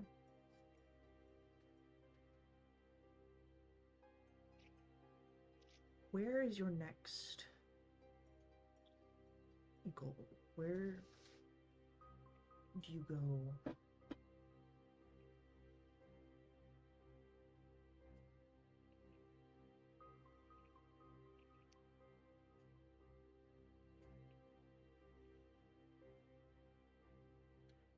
Judy, did the seer, like, did he have the, do you use the quill, like, is it an heirloom or something? Do you guys still have that? Do you, like, pray to it or something? I feel like you would pray to it. No, we don't pray to Alondo. We keep his teachings and what he said in high regard. I mean, we've got the whole chanters because of that, but and an entire portion of the library kept to his prophecies. But no, we don't pray to him. But, like, do you have his old stuff? No, he's been gone for hundreds of years. A quill wouldn't last that long. You work on Not for with that magical attitude. apologies.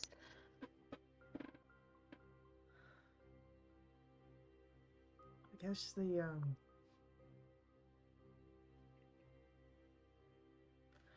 best place to look for anything like this would be the House of Alondo. That's, again, all things Alondo. Does it have steps? I mean, not 97 of them. Maybe 3 to get to the front door. We could at least go and see if we can figure out if the quill is a metaphor for something.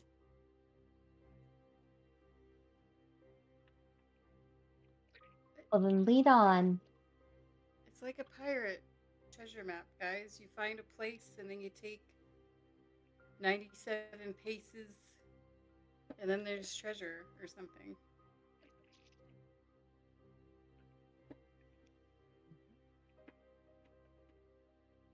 So, oops, all Alondo.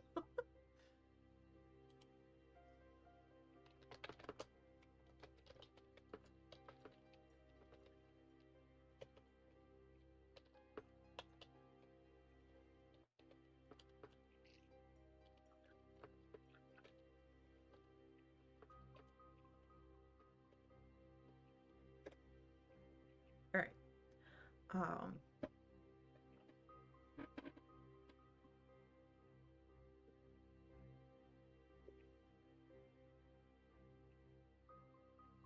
Tadric leads you to the House of Alondo. And along the way, as you're passing by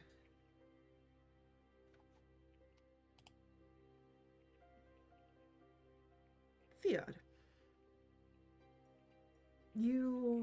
this is not far from Bookworm's office. You hear the sound of retching.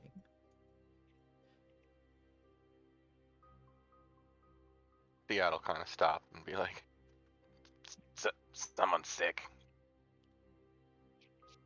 Real I'm sick. fine. Someone else. Oh. Theo kind of gesture in the direction where it's coming from. Just kind of to the group. It's in the direction of Bookworm's office.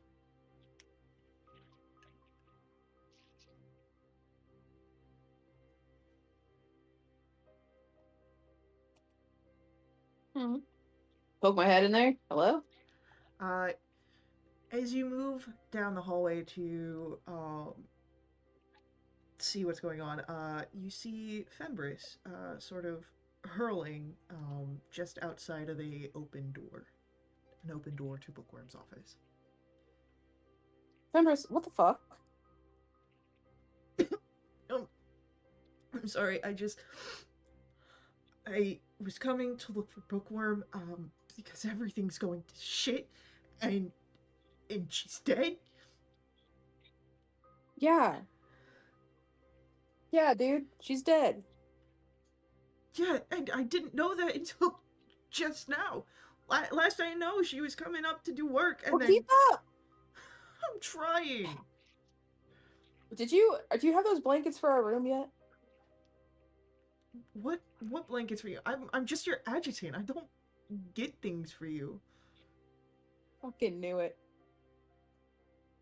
Okay, well, you're the real Fembris, at least. Some guy was pretending to be you earlier. I'm gonna message Laura and say, I need you to hold Fembris down right now. This one? Yep, this one, right now. Okay, Lara does that unquestioningly. Sorry. Sorry, Jitters. What And is Ellerine your is grapple save? That's a great question. Let me check real quick. I don't remember how grappling works. 8 plus. 8 plus proficiency plus strength. That's 8 plus 7. That's 15. Yeah.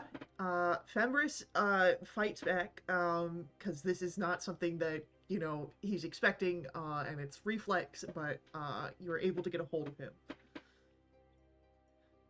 Max Jitters. Ellerine will be casting Zone of Truth. Okay.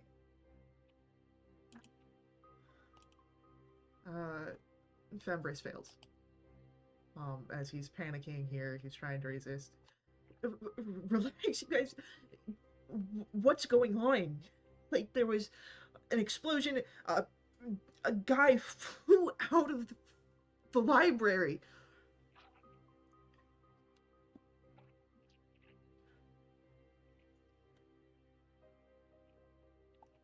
What have you been up? What?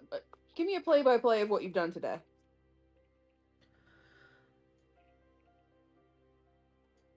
I got up, I went and I got breakfast, and then I got ready for casket ball, and I was really excited to watch the games, and then you guys called me and to go follow Bookworm, and I talked to her, and then I came back and you guys were upset with me, and I was talking to Irony, and then everything went bad, and there was guys that roughed me up, and then I was trying to find Bookworm, and now you guys are tackling me and casting spells, and I don't know what's going on. I'm so sorry.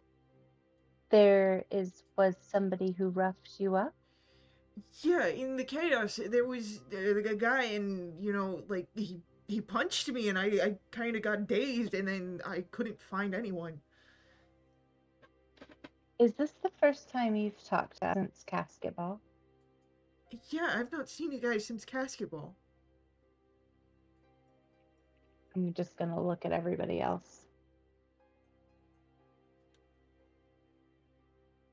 How do you feel about Ellerine? What did we talk to? Ellerine's cool, but I mean, I don't know how I feel about a lot of you guys, especially right now. I'm really scared of Lara right now. Not in a bad way, you're just very intimidating and strong, and I feel like you could break a lot of bones in my body. She could. Well, thank you, Jitters. I super could. But you're not scared of me in a bad way, so are you into this? I mean, maybe I've not really done a lot of like looking into like there's not a lot of time to experiment with that here. But I mean, I don't know. Oh, February. Guys, can I let go of him now? Are we done? Are we satisfied? Jitters, I already know you are. It's fine. Let go Butler, of Jitters. He you steps see, like 3 steps problem away. is he still in the zone though? I mean, he's already like yeah, like he's not leaving. Like he's just putting distance between him and Laura after that, word vomit. You see, Butler, we need to know what the person who punched you looks like, because this is the first time you've seen us since Casket Ball, but it's not the first time that we've seen you. Yeah, I don't remember. It was during right after the explosion, and there was all sorts of. I was trying to follow Irony, and get somewhere safe, and someone like just decked me out of the side. I didn't see them. I went down. You were following. What did she tell you to follow her, No, but I or did you want to just make sure decide that to start she's safe. following her? I mean, I care about Irony. I want to make sure that she's safe.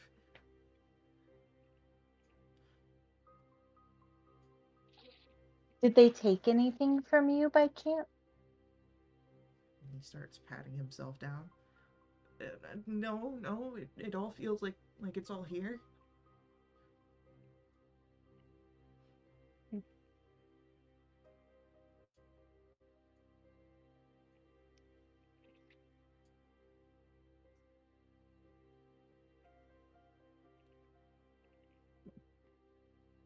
Hmm.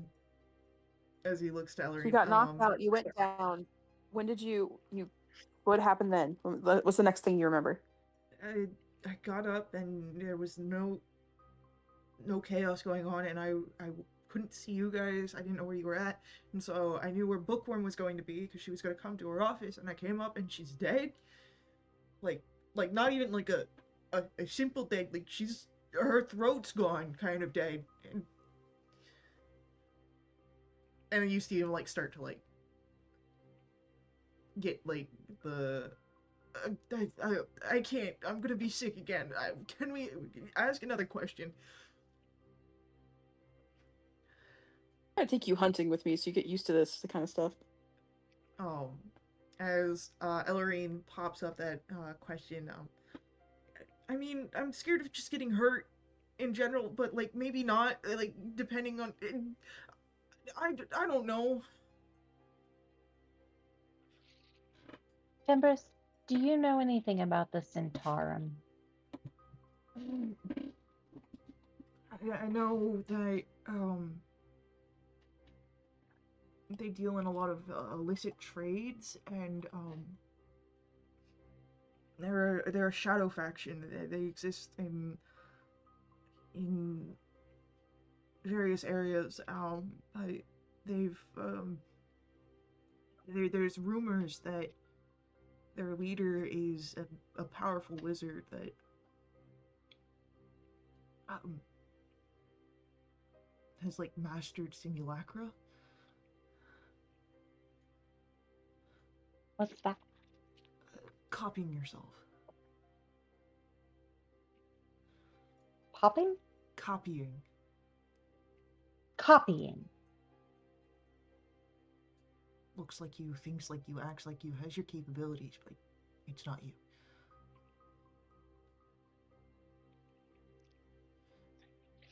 Mm. And maybe other people.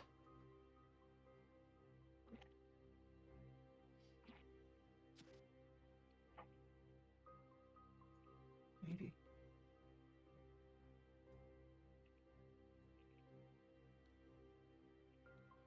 I mean, the only people I could think that could cast simulacra um, would be the high readers, and not even all of them. Genasi, um, Bookworm, Silvira, Telez, but I don't know that any of them would cast it. I mean, two of them are dead, and I think Silvira is still sick, and I don't know what Telez would, why that would, why he would do that. But I don't know why a lot of things are going on right now. Like I don't know why I'm feeling certain things when I talk. Um, I'm guessing it's a spell, but like it doesn't feel bad, so I don't think that I really need to fight it off. And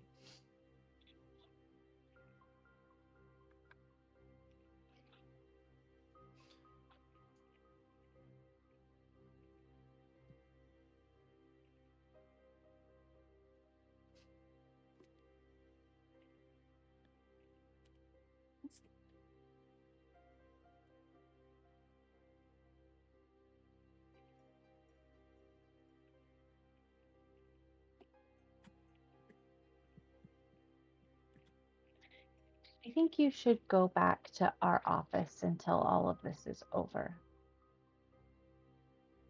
yeah, that might be that might be a good idea. Like I'm not, I'm just a freshly made avowed. I'm not like the level of the great readers or anything like that. I'm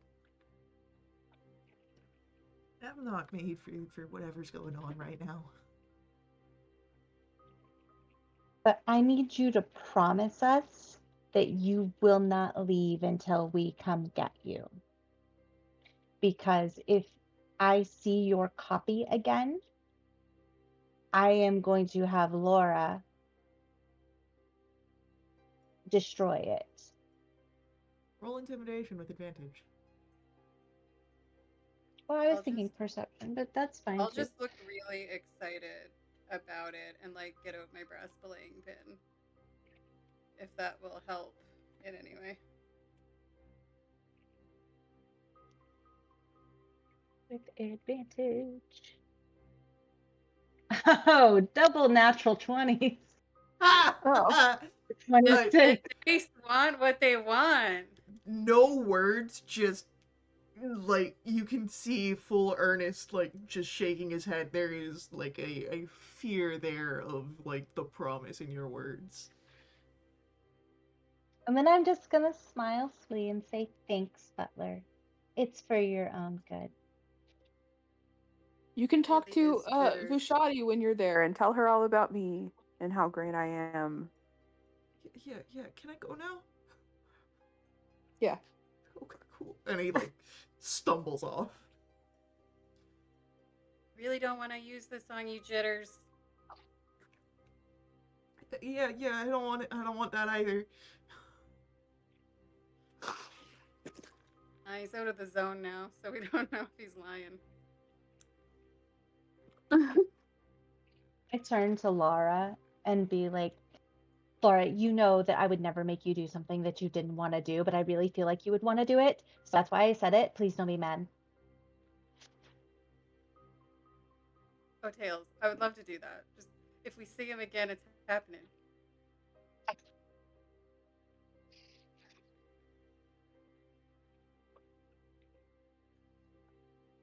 All right. So Fembris heads off to your office.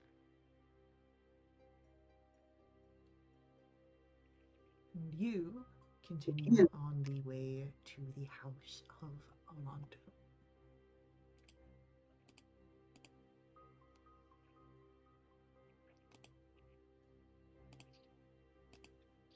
So, Okay, above table, I realize that he's gonna get into a problem because we told Bushari that nobody can go into our office while we're not there, so she's probably just gonna not be letting him in, which means he can't do what we asked him to do, and hilarity will then ensue.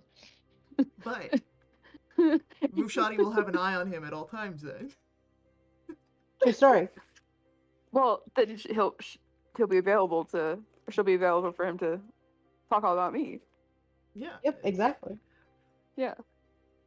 Vushati is like, Oh, together. I need you to give me like a full rundown description of Eliatra so I can know that it's you. Yeah. Be as specific as possible. So the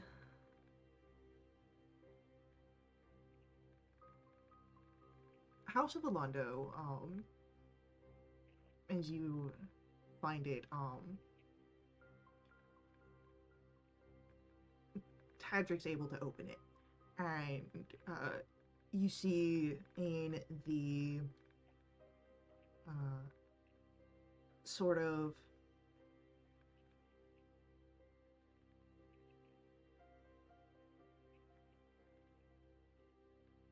it almost looks like an actual house, rather than a library.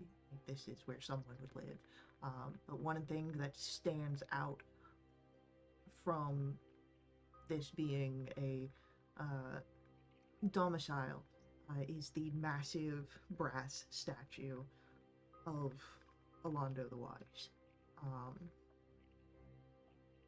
you can see that the statue bears a quill and ink pot.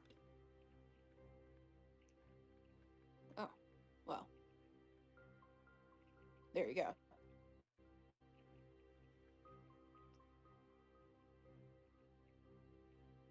Okay, it's 97 steps, but like what size steps?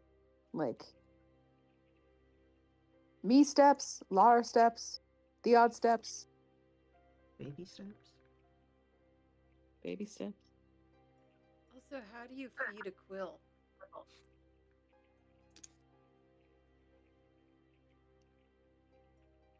You make airplane noises and kind of like move the spoon Mm.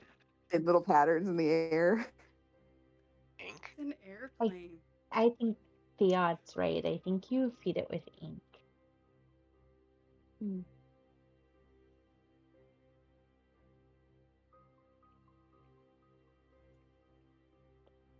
Did he have a pet named Quill? I don't know of any sort of pets. I mean, maybe the gallery has. I mean, mostly has the prophecies, but it might have some diaries of his that might mention a pet. I'm gonna try putting some ink on the quill on the statue. You put ink on the quill. It drips down.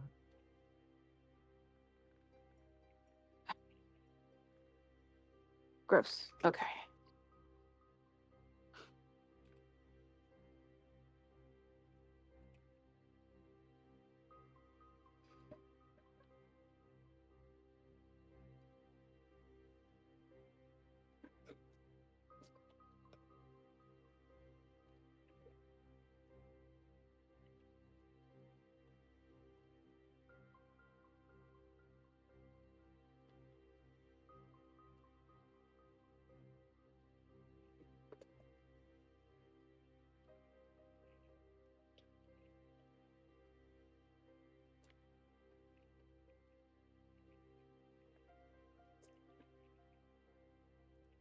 It also doesn't say what direction to tread in.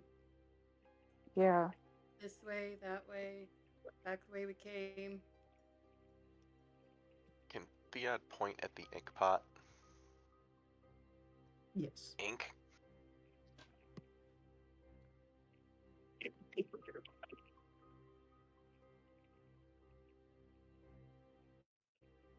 So as Theod points to the ink pot,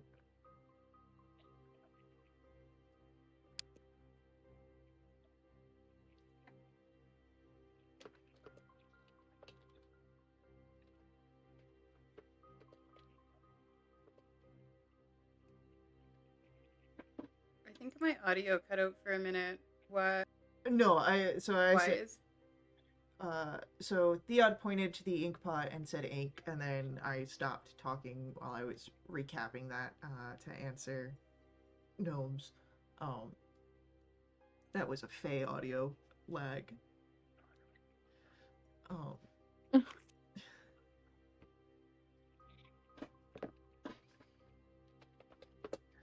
My connection is a little iffy, so it could have been No, both. mine did the same.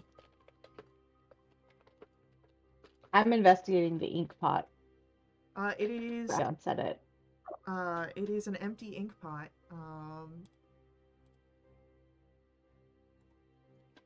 But it could, as you know, Theod had pointed at it and said ink, could hold ink fairly well. There's nothing else in there right now. It is hollow. But There's no ink gears in in there. it. You don't see any gears, no.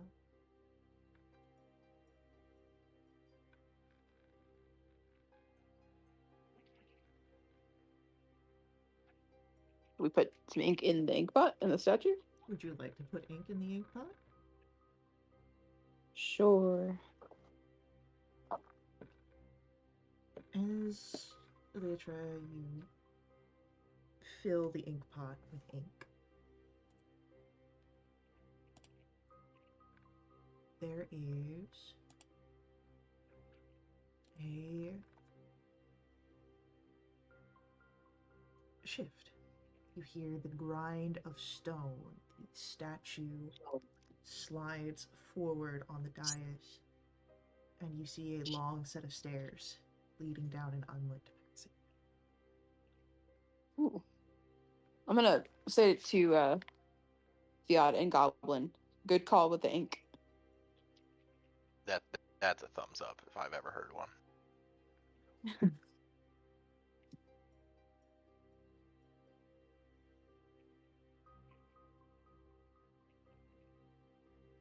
Well, I guess we count 97 steps down the staircase. Probably.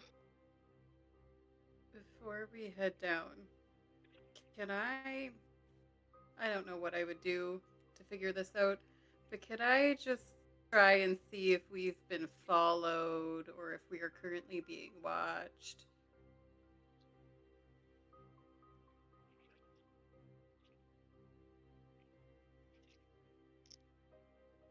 As you're looking around, Lara,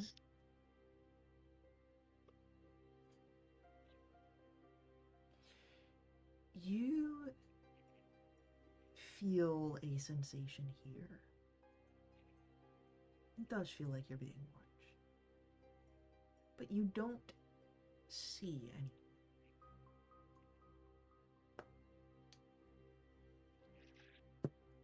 Guys, I don't think we're alone.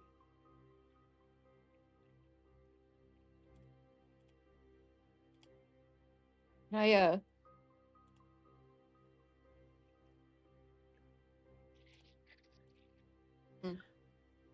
I could cast detect magic. If would that detect like a scry? I guess I don't know. Um, as Laura mentions this, this concern of not being alone,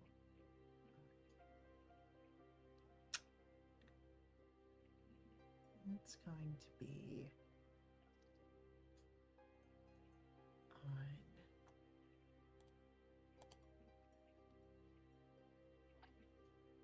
Does a 15 hit, Lara?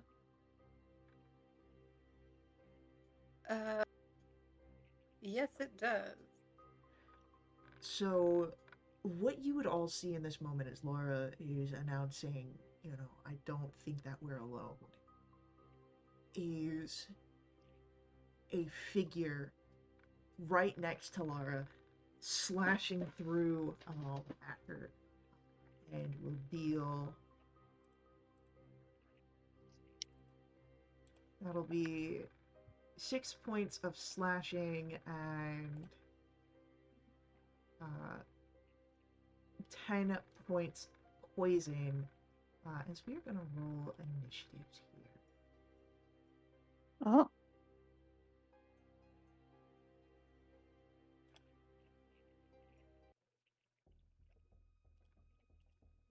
Lara's ready. She got an 18. Woohoo!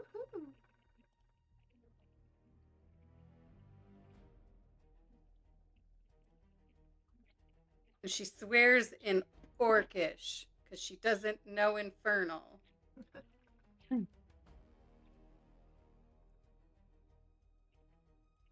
So, place yourselves upon the map as you see fit.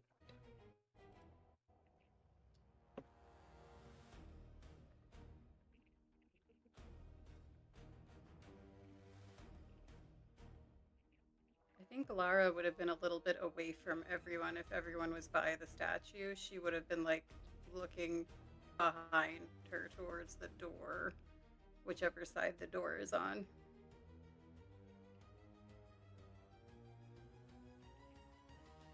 Alright.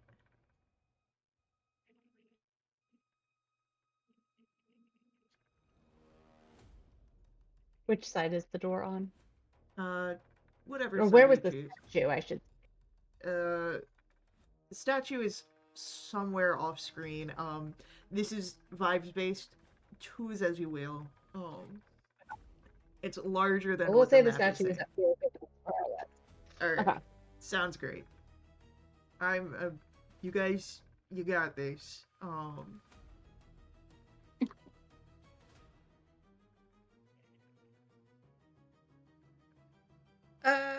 Would you say there's been anything resembling a short rest since the last encounter? I'm going to say. I'm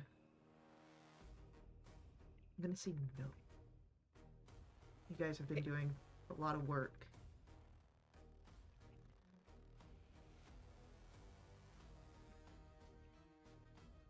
Do you only see one guy right No. now? I needed to make sure I had the right math of who all's here. Yeah, it's okay. Yeah. It would have been different. Things played out differently in other areas. Yeah, I showed fake. I What's just his got name? stabbed by a Zent. Yup.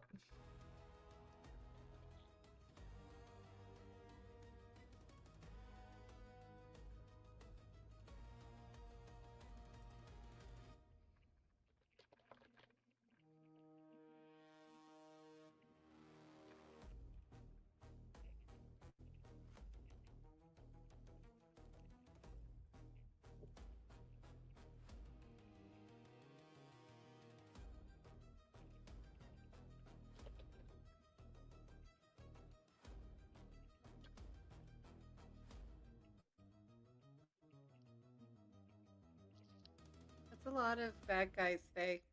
Yeah, well, they know that you're a threat. Um.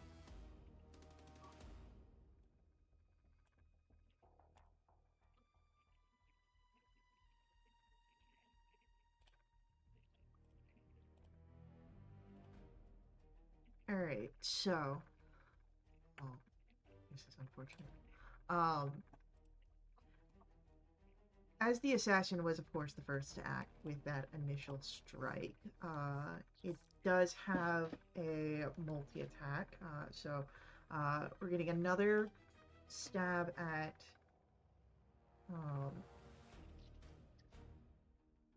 Lara, but that one misses. However, the assassin also draws a hand crossbow and is going to try and shoot Elytra. Will they have disadvantage because I'm threatening it? You do. Meaning that is a 15 rather than a 17. Yeah, so it does not hit. All right, then you are safe. As Lara, we come to your turn. Right. Alara rages, first of all. And that's the thing I can do on my sheet that makes things easier for me. So let me do that really quick. Great.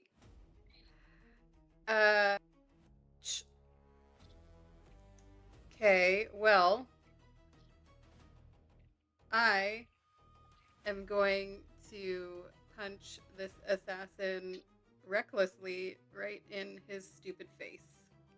Be like, I already got one of your buddies today.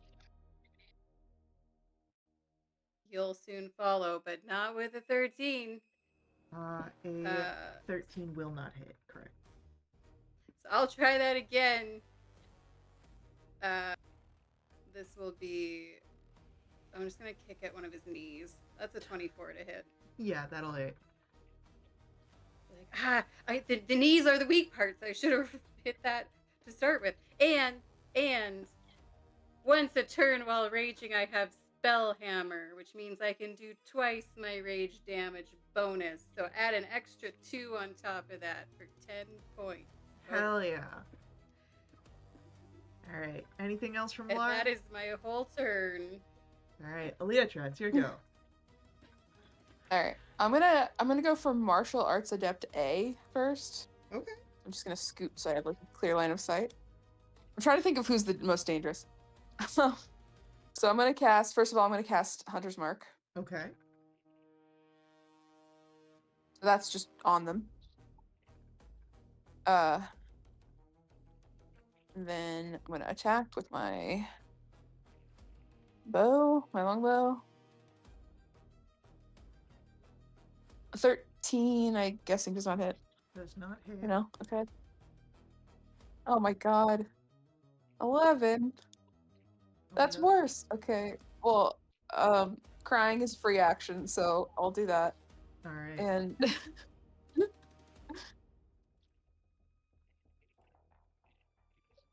well, it is the martial arts adept A after Elytra. And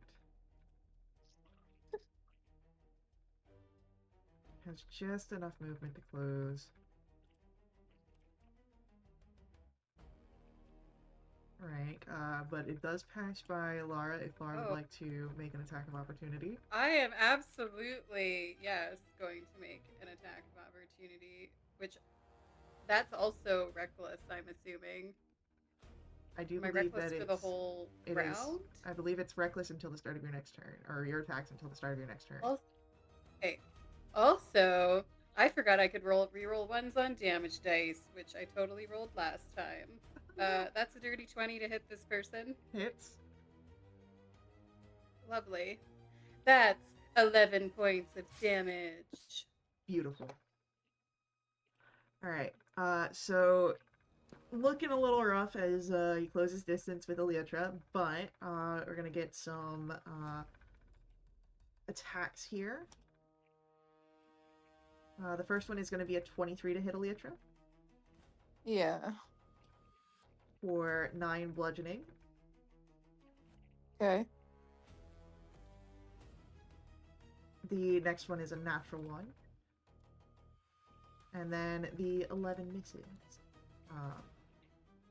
So that'll be it for our Adept A, but our Zentarum Thug gonna go up to Lara and take 2 swings with his mace. First is a 14. Beats it, beats it. Alright. For 7 bludgeoning, and then another 14 for 5 bludgeoning. So 3 and 2. Our mage is going to go. And we'll do arcane bursts, 1 at Ellerine, 1 at Theod, and 1 at Harhar.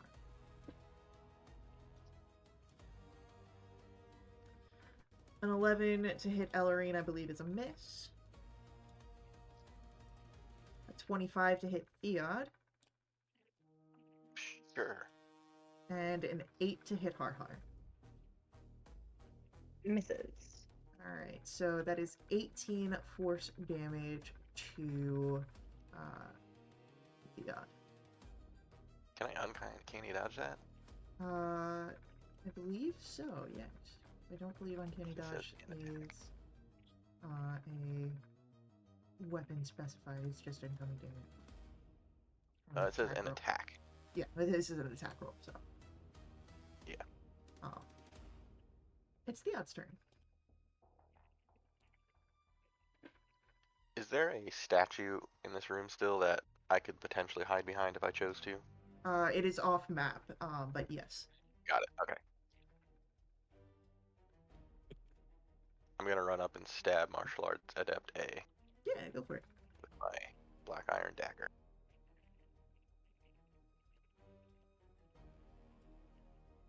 Natural 1. Oh no. That is unfortunately a miss. You I have a will- heroic inspiration. No. I'll stay there. That is the end of my turn. Alright, Ellerine, what would you like to do?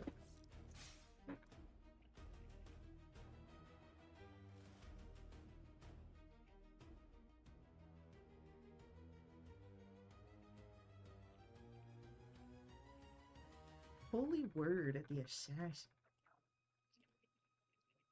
Alright, roll it. Yeah, unfortunately the 9 doesn't go through. We're really effective as a group. You guys are doing so good. I'm so proud of you guys. Our Zentarum Thug B comes up after Ellerine. And you know what? Goes after Ellerine. We're gonna get the crossbow out. And misses with a 9. Har, it's your turn. Well, since we're not rolling well, I.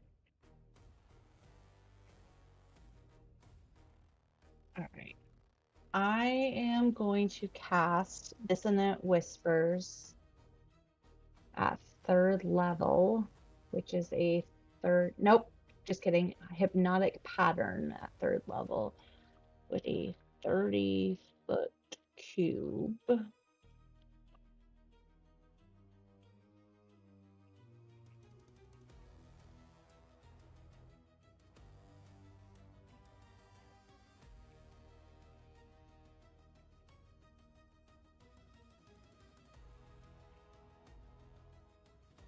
So anybody within this needs to make me a wisdom saving throw. Lara is so close. 14. Alright, wisdom save from our assassin fails. They're charmed. Alright, I'm gonna use purple for charm. Our Thug A. 5. Charmed. Thug D.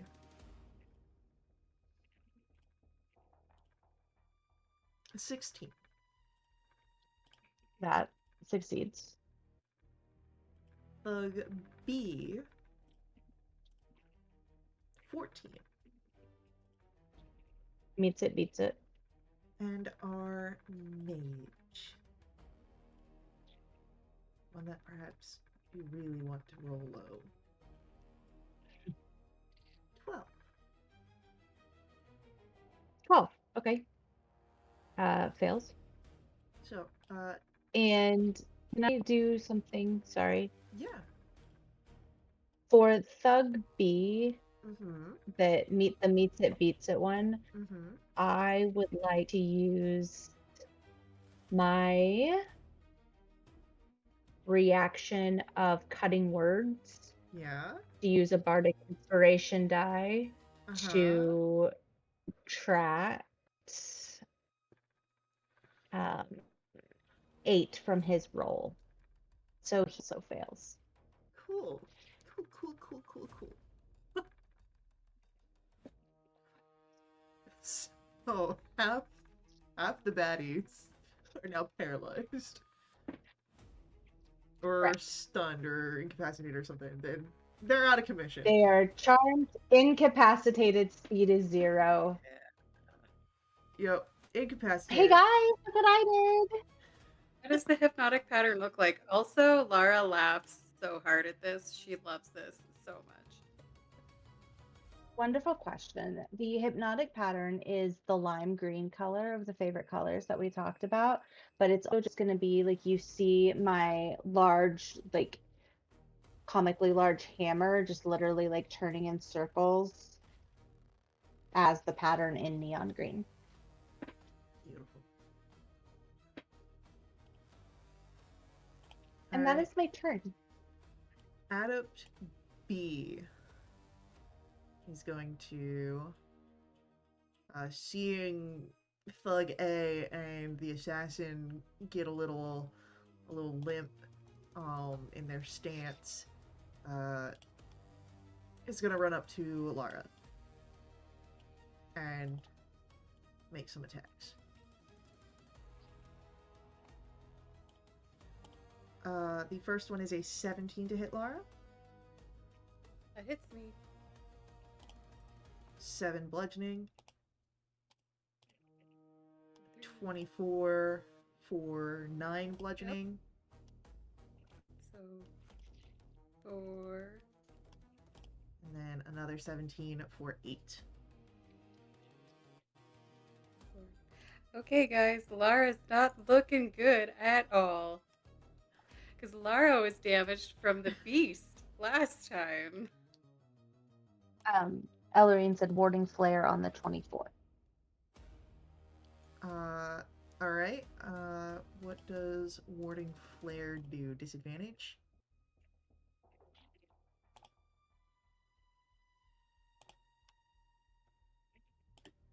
Impose disadvantage. Cool. Alright, so straight roll. I'll re-roll that. That 24 is a miss. You can add back 4 to your HP.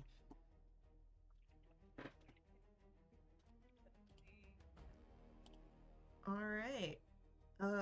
Thug D doesn't like his friends being all as they are, runs up to Har and is gonna try and break concentration.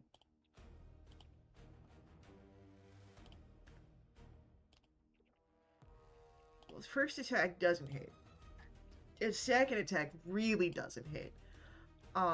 Bringing us to the top of the round. He can't do shit. Lara, it's your turn. Lara laughs. What happens on incapacitated people? Do I get advantage? You do not, but if you hit someone in the hypnotic pattern, I do believe it breaks them out. Yes, it does. Ooh.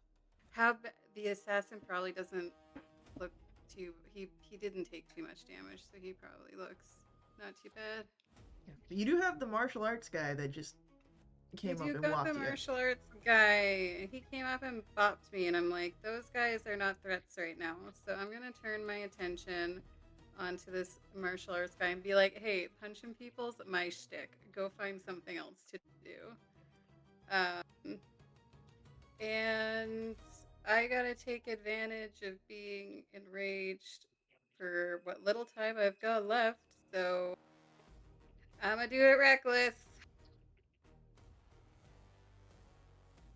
Thank God I did it reckless. That's the 21 to hit. 21 hits. That's a 9, but I'll do spell hammer, so take another 2 for 11. Woohoo! And I'll attack again. That's a 25 to hit. It does so. And I do 10 more points of damage. Alright, he's bloodied. Do I have a fun bonus action? I don't think I do, but let me check real quick. I don't have a potion of healing or nothing. No, I used my cool bonus action against Elvira and then didn't actually get to use it for anything. So that will be my turn. Alright, it is Elytra, your turn. You've got martial arts guy in front of you. Yeah, I realized I didn't, after he hit me, I didn't do a con check for my Alright, hunter's mark. we just want to beat a 10. We'll do that right now. Yeah. He did 9 damage to me, I'm pretty sure. Yeah, I don't remember. Oh no, it's gone! Okay, well. Just don't use spell slots. I can cast it up to 3 times a day without spell slots, so yeah. So far we're still good. I'm gonna move away. I realize that that's gonna be an opportunity check, but I gotta get like into a normal. I assume you're not gonna let me use my bow right next to someone without consequence. It would be disadvantage. Or would you? Yeah. So I'm gonna just. Boop. He's gonna hold on to his reaction. Oh. Well, that's concerning. Okay. Don't worry about it. I guess I'll recast it on him. I'll recast Hunter's Mark. So that's there. So. Alright. 28? Oh, yeah, definitely hits. Okay. So 6 plus another 6 for Hunter's Mark. So 12 on the first attack. He's also bloodied. Then I'm going to attack again. 14, probably not. 14, unfortunately, is a miss. Man, I'm rolling really bad on these attack rolls, except for one. Okay, well. Alright, the martial arts adept, as much as Elytra, kind of fucked them up there, is going to turn and focus on Fiat. We're gonna get some attack rolls.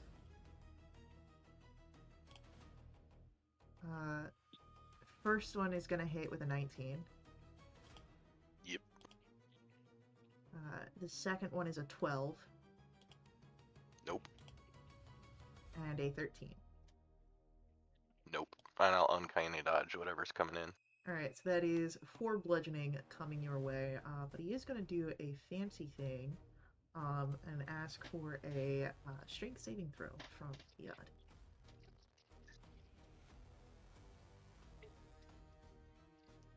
11. Theod is pushed 10 feet away.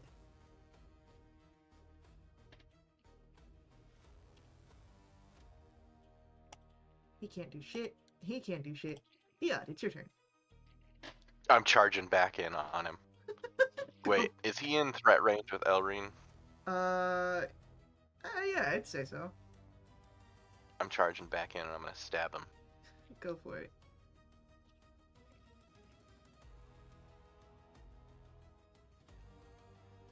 $25. Yes.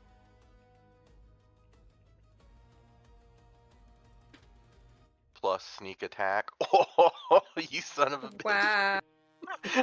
He's dead. God damn. 25. He's dead. Alara's just like, that was sick, Teddy. Alright. Anything else from Theod? I think that's quite enough. Alright, Ellerine, what would you like to do?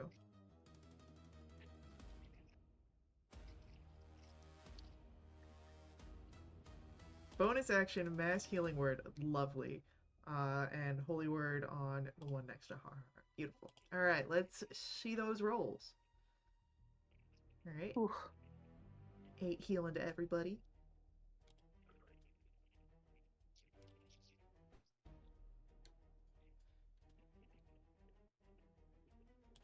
Ooh. It's unfortunately gonna be a miss.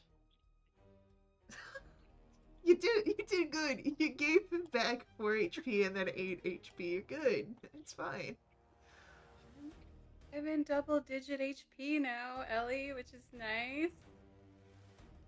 Alright, he can't do shit. Har, it's your turn.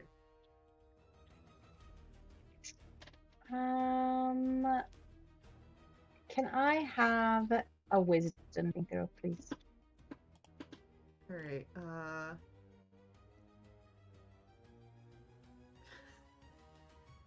hell yeah. Who's making Thug D? Yes, the one next to me. Gotcha. I figured, I just wanted to make sure that I heard correctly. Wisdom. 10. 10? Beautiful. I'm going to look at him and say that your parents would be so disappointed. And they will take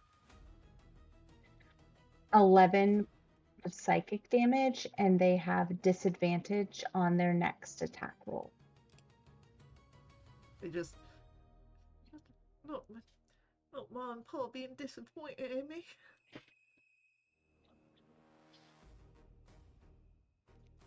And then that is my turn. Alright. Martial arts adept, not looking the best here, but you gotta push on.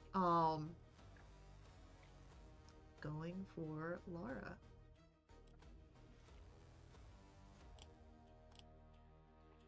A 12 on the first attack. That misses. A 10 on the second. That misses. And an 11 on the third. That misses.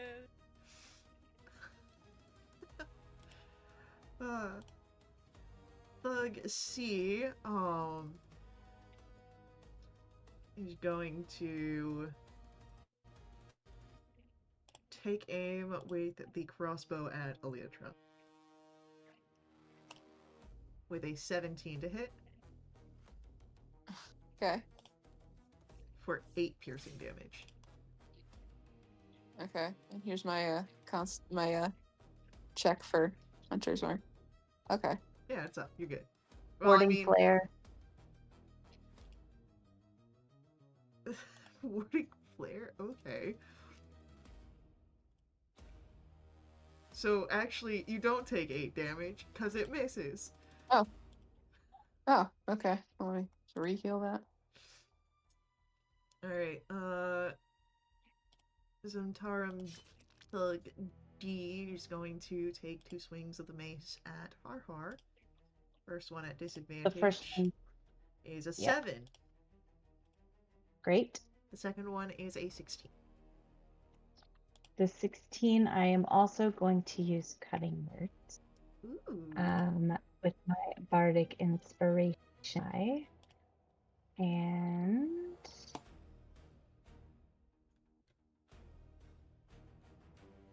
they will take 1 damage, but the bardic die is a d8. So hold on.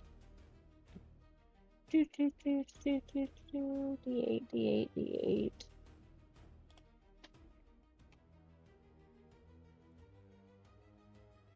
Still a 1. So what was it? 16. Yeah, no, it still hits. 8 points of bludgeoning.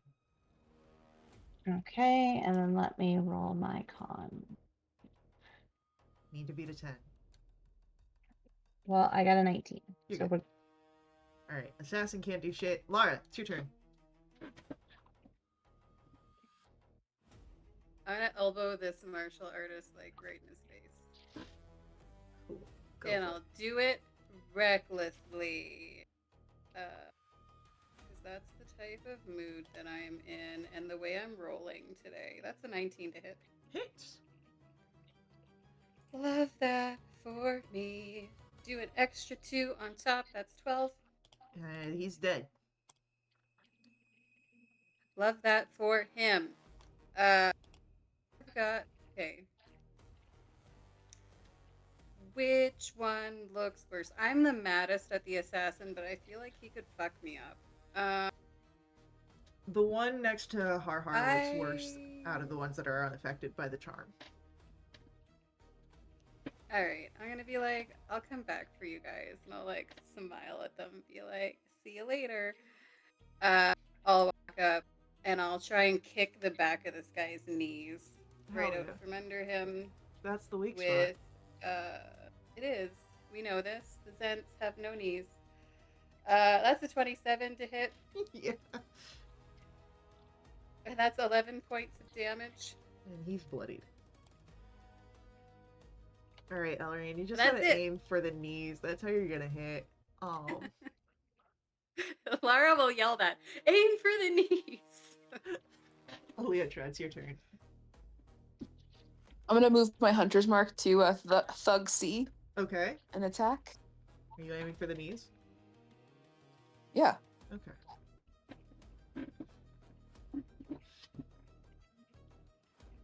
Aiming for the knees worked. That hits. It does, guys. It really does. So 9 plus 1, 10 damage. Alright. And then attack again. Hits. Ooh. 5. The die on my screen went crazy there for a second. 5 plus 3, so 8 damage. Alright. He is also bloodied. And I am going to I'm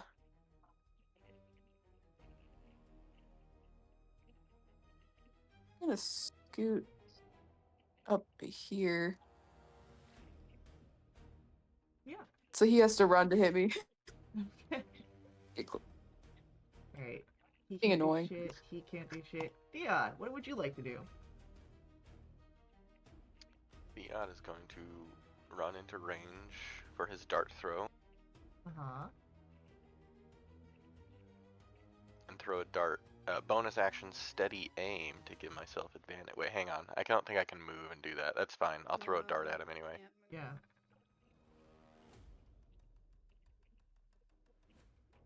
Natural one. You didn't aim for the knees. I didn't. That's my turn. Thank you. Alright. Elrine, it's your turn.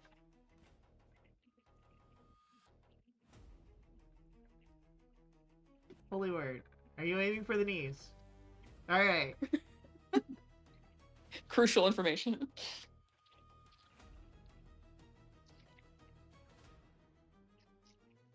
Let's see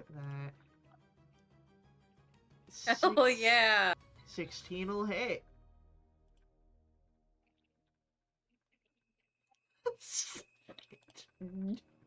Don't describe it like that.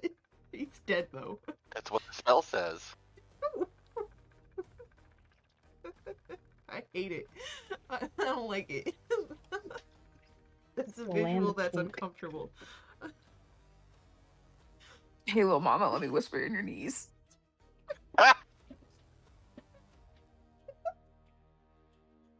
Can I remove heroic inspiration?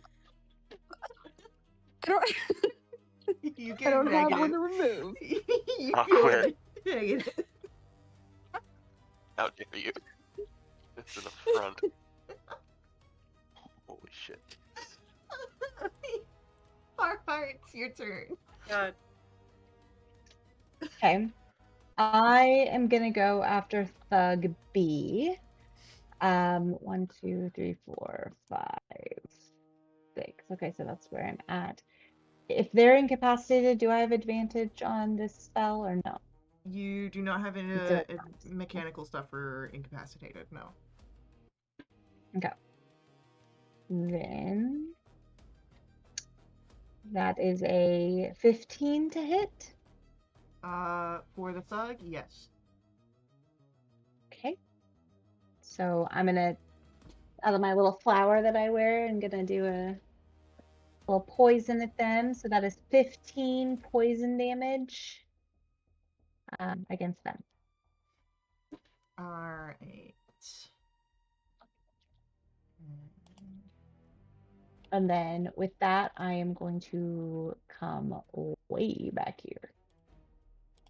He's no longer under this effect. Thug C, with the heavy crossbow, is just gonna shoot at Dia now.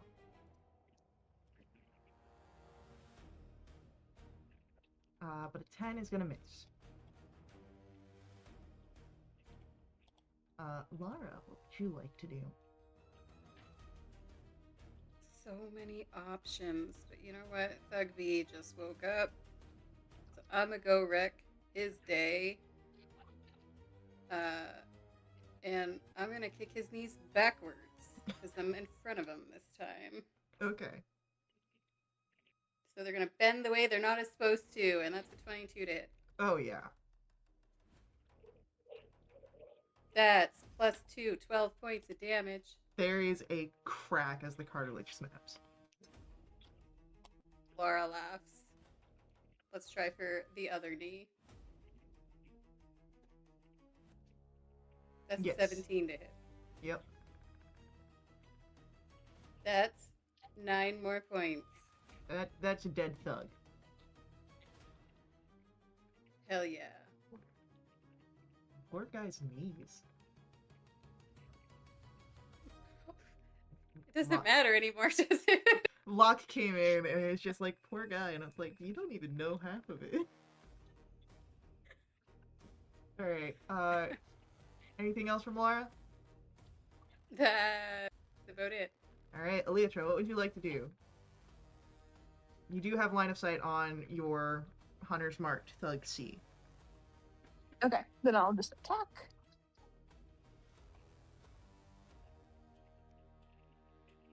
Sixteen 16? hits. Okay. 8. 8 and 3 for 11. Alright. Still up. Yep. I'm gonna, before I attack a second time, I'm gonna have Bandit attack Okay. as my bonus action. Yeah.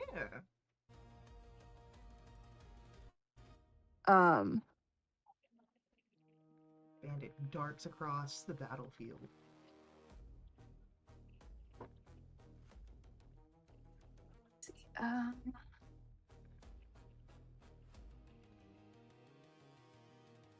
10 plus 6, 16 hits, right? 16 will hit. Okay. For 7 damage. Would you like to describe how Bandit takes down this thug? Well, he's probably already on his broken knees. He's Grabs an artery not doing well. from the leg. Oh God, yeah. He's like, this looks like a worm, and just plucks it out. Yeah. And then the guy bleeds out from his femoral artery, I guess. Oh. So then I'll use my second deck. So everyone else is paralyzed, but we're gonna have to like do something. So I'll go for the mage.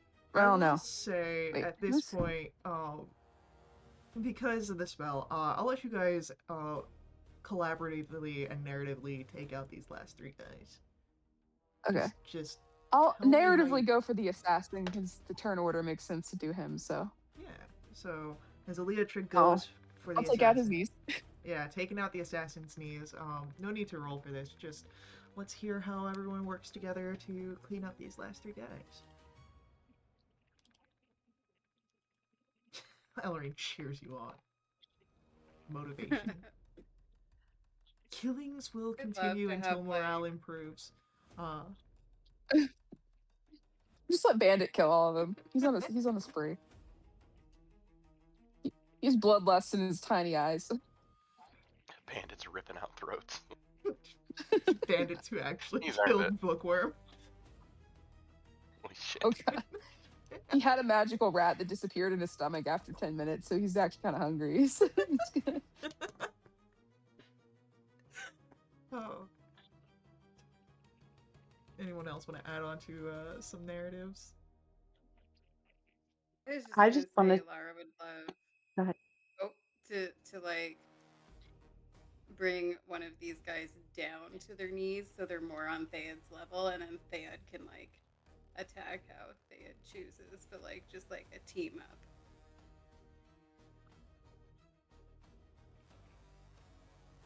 Yeah, I'll stab a neck. Hell yeah. Just wanna, ah. High five. Yeah. And then I'm gonna take out my finale and just kind of like put it in my hand like a baseball bat, like, and then wind up and take a swing at one of their heads. Well-placed attacks and a dance of combined capabilities. You take out the last three Zanparan agents here, meaning that you are no longer bound to the initiative.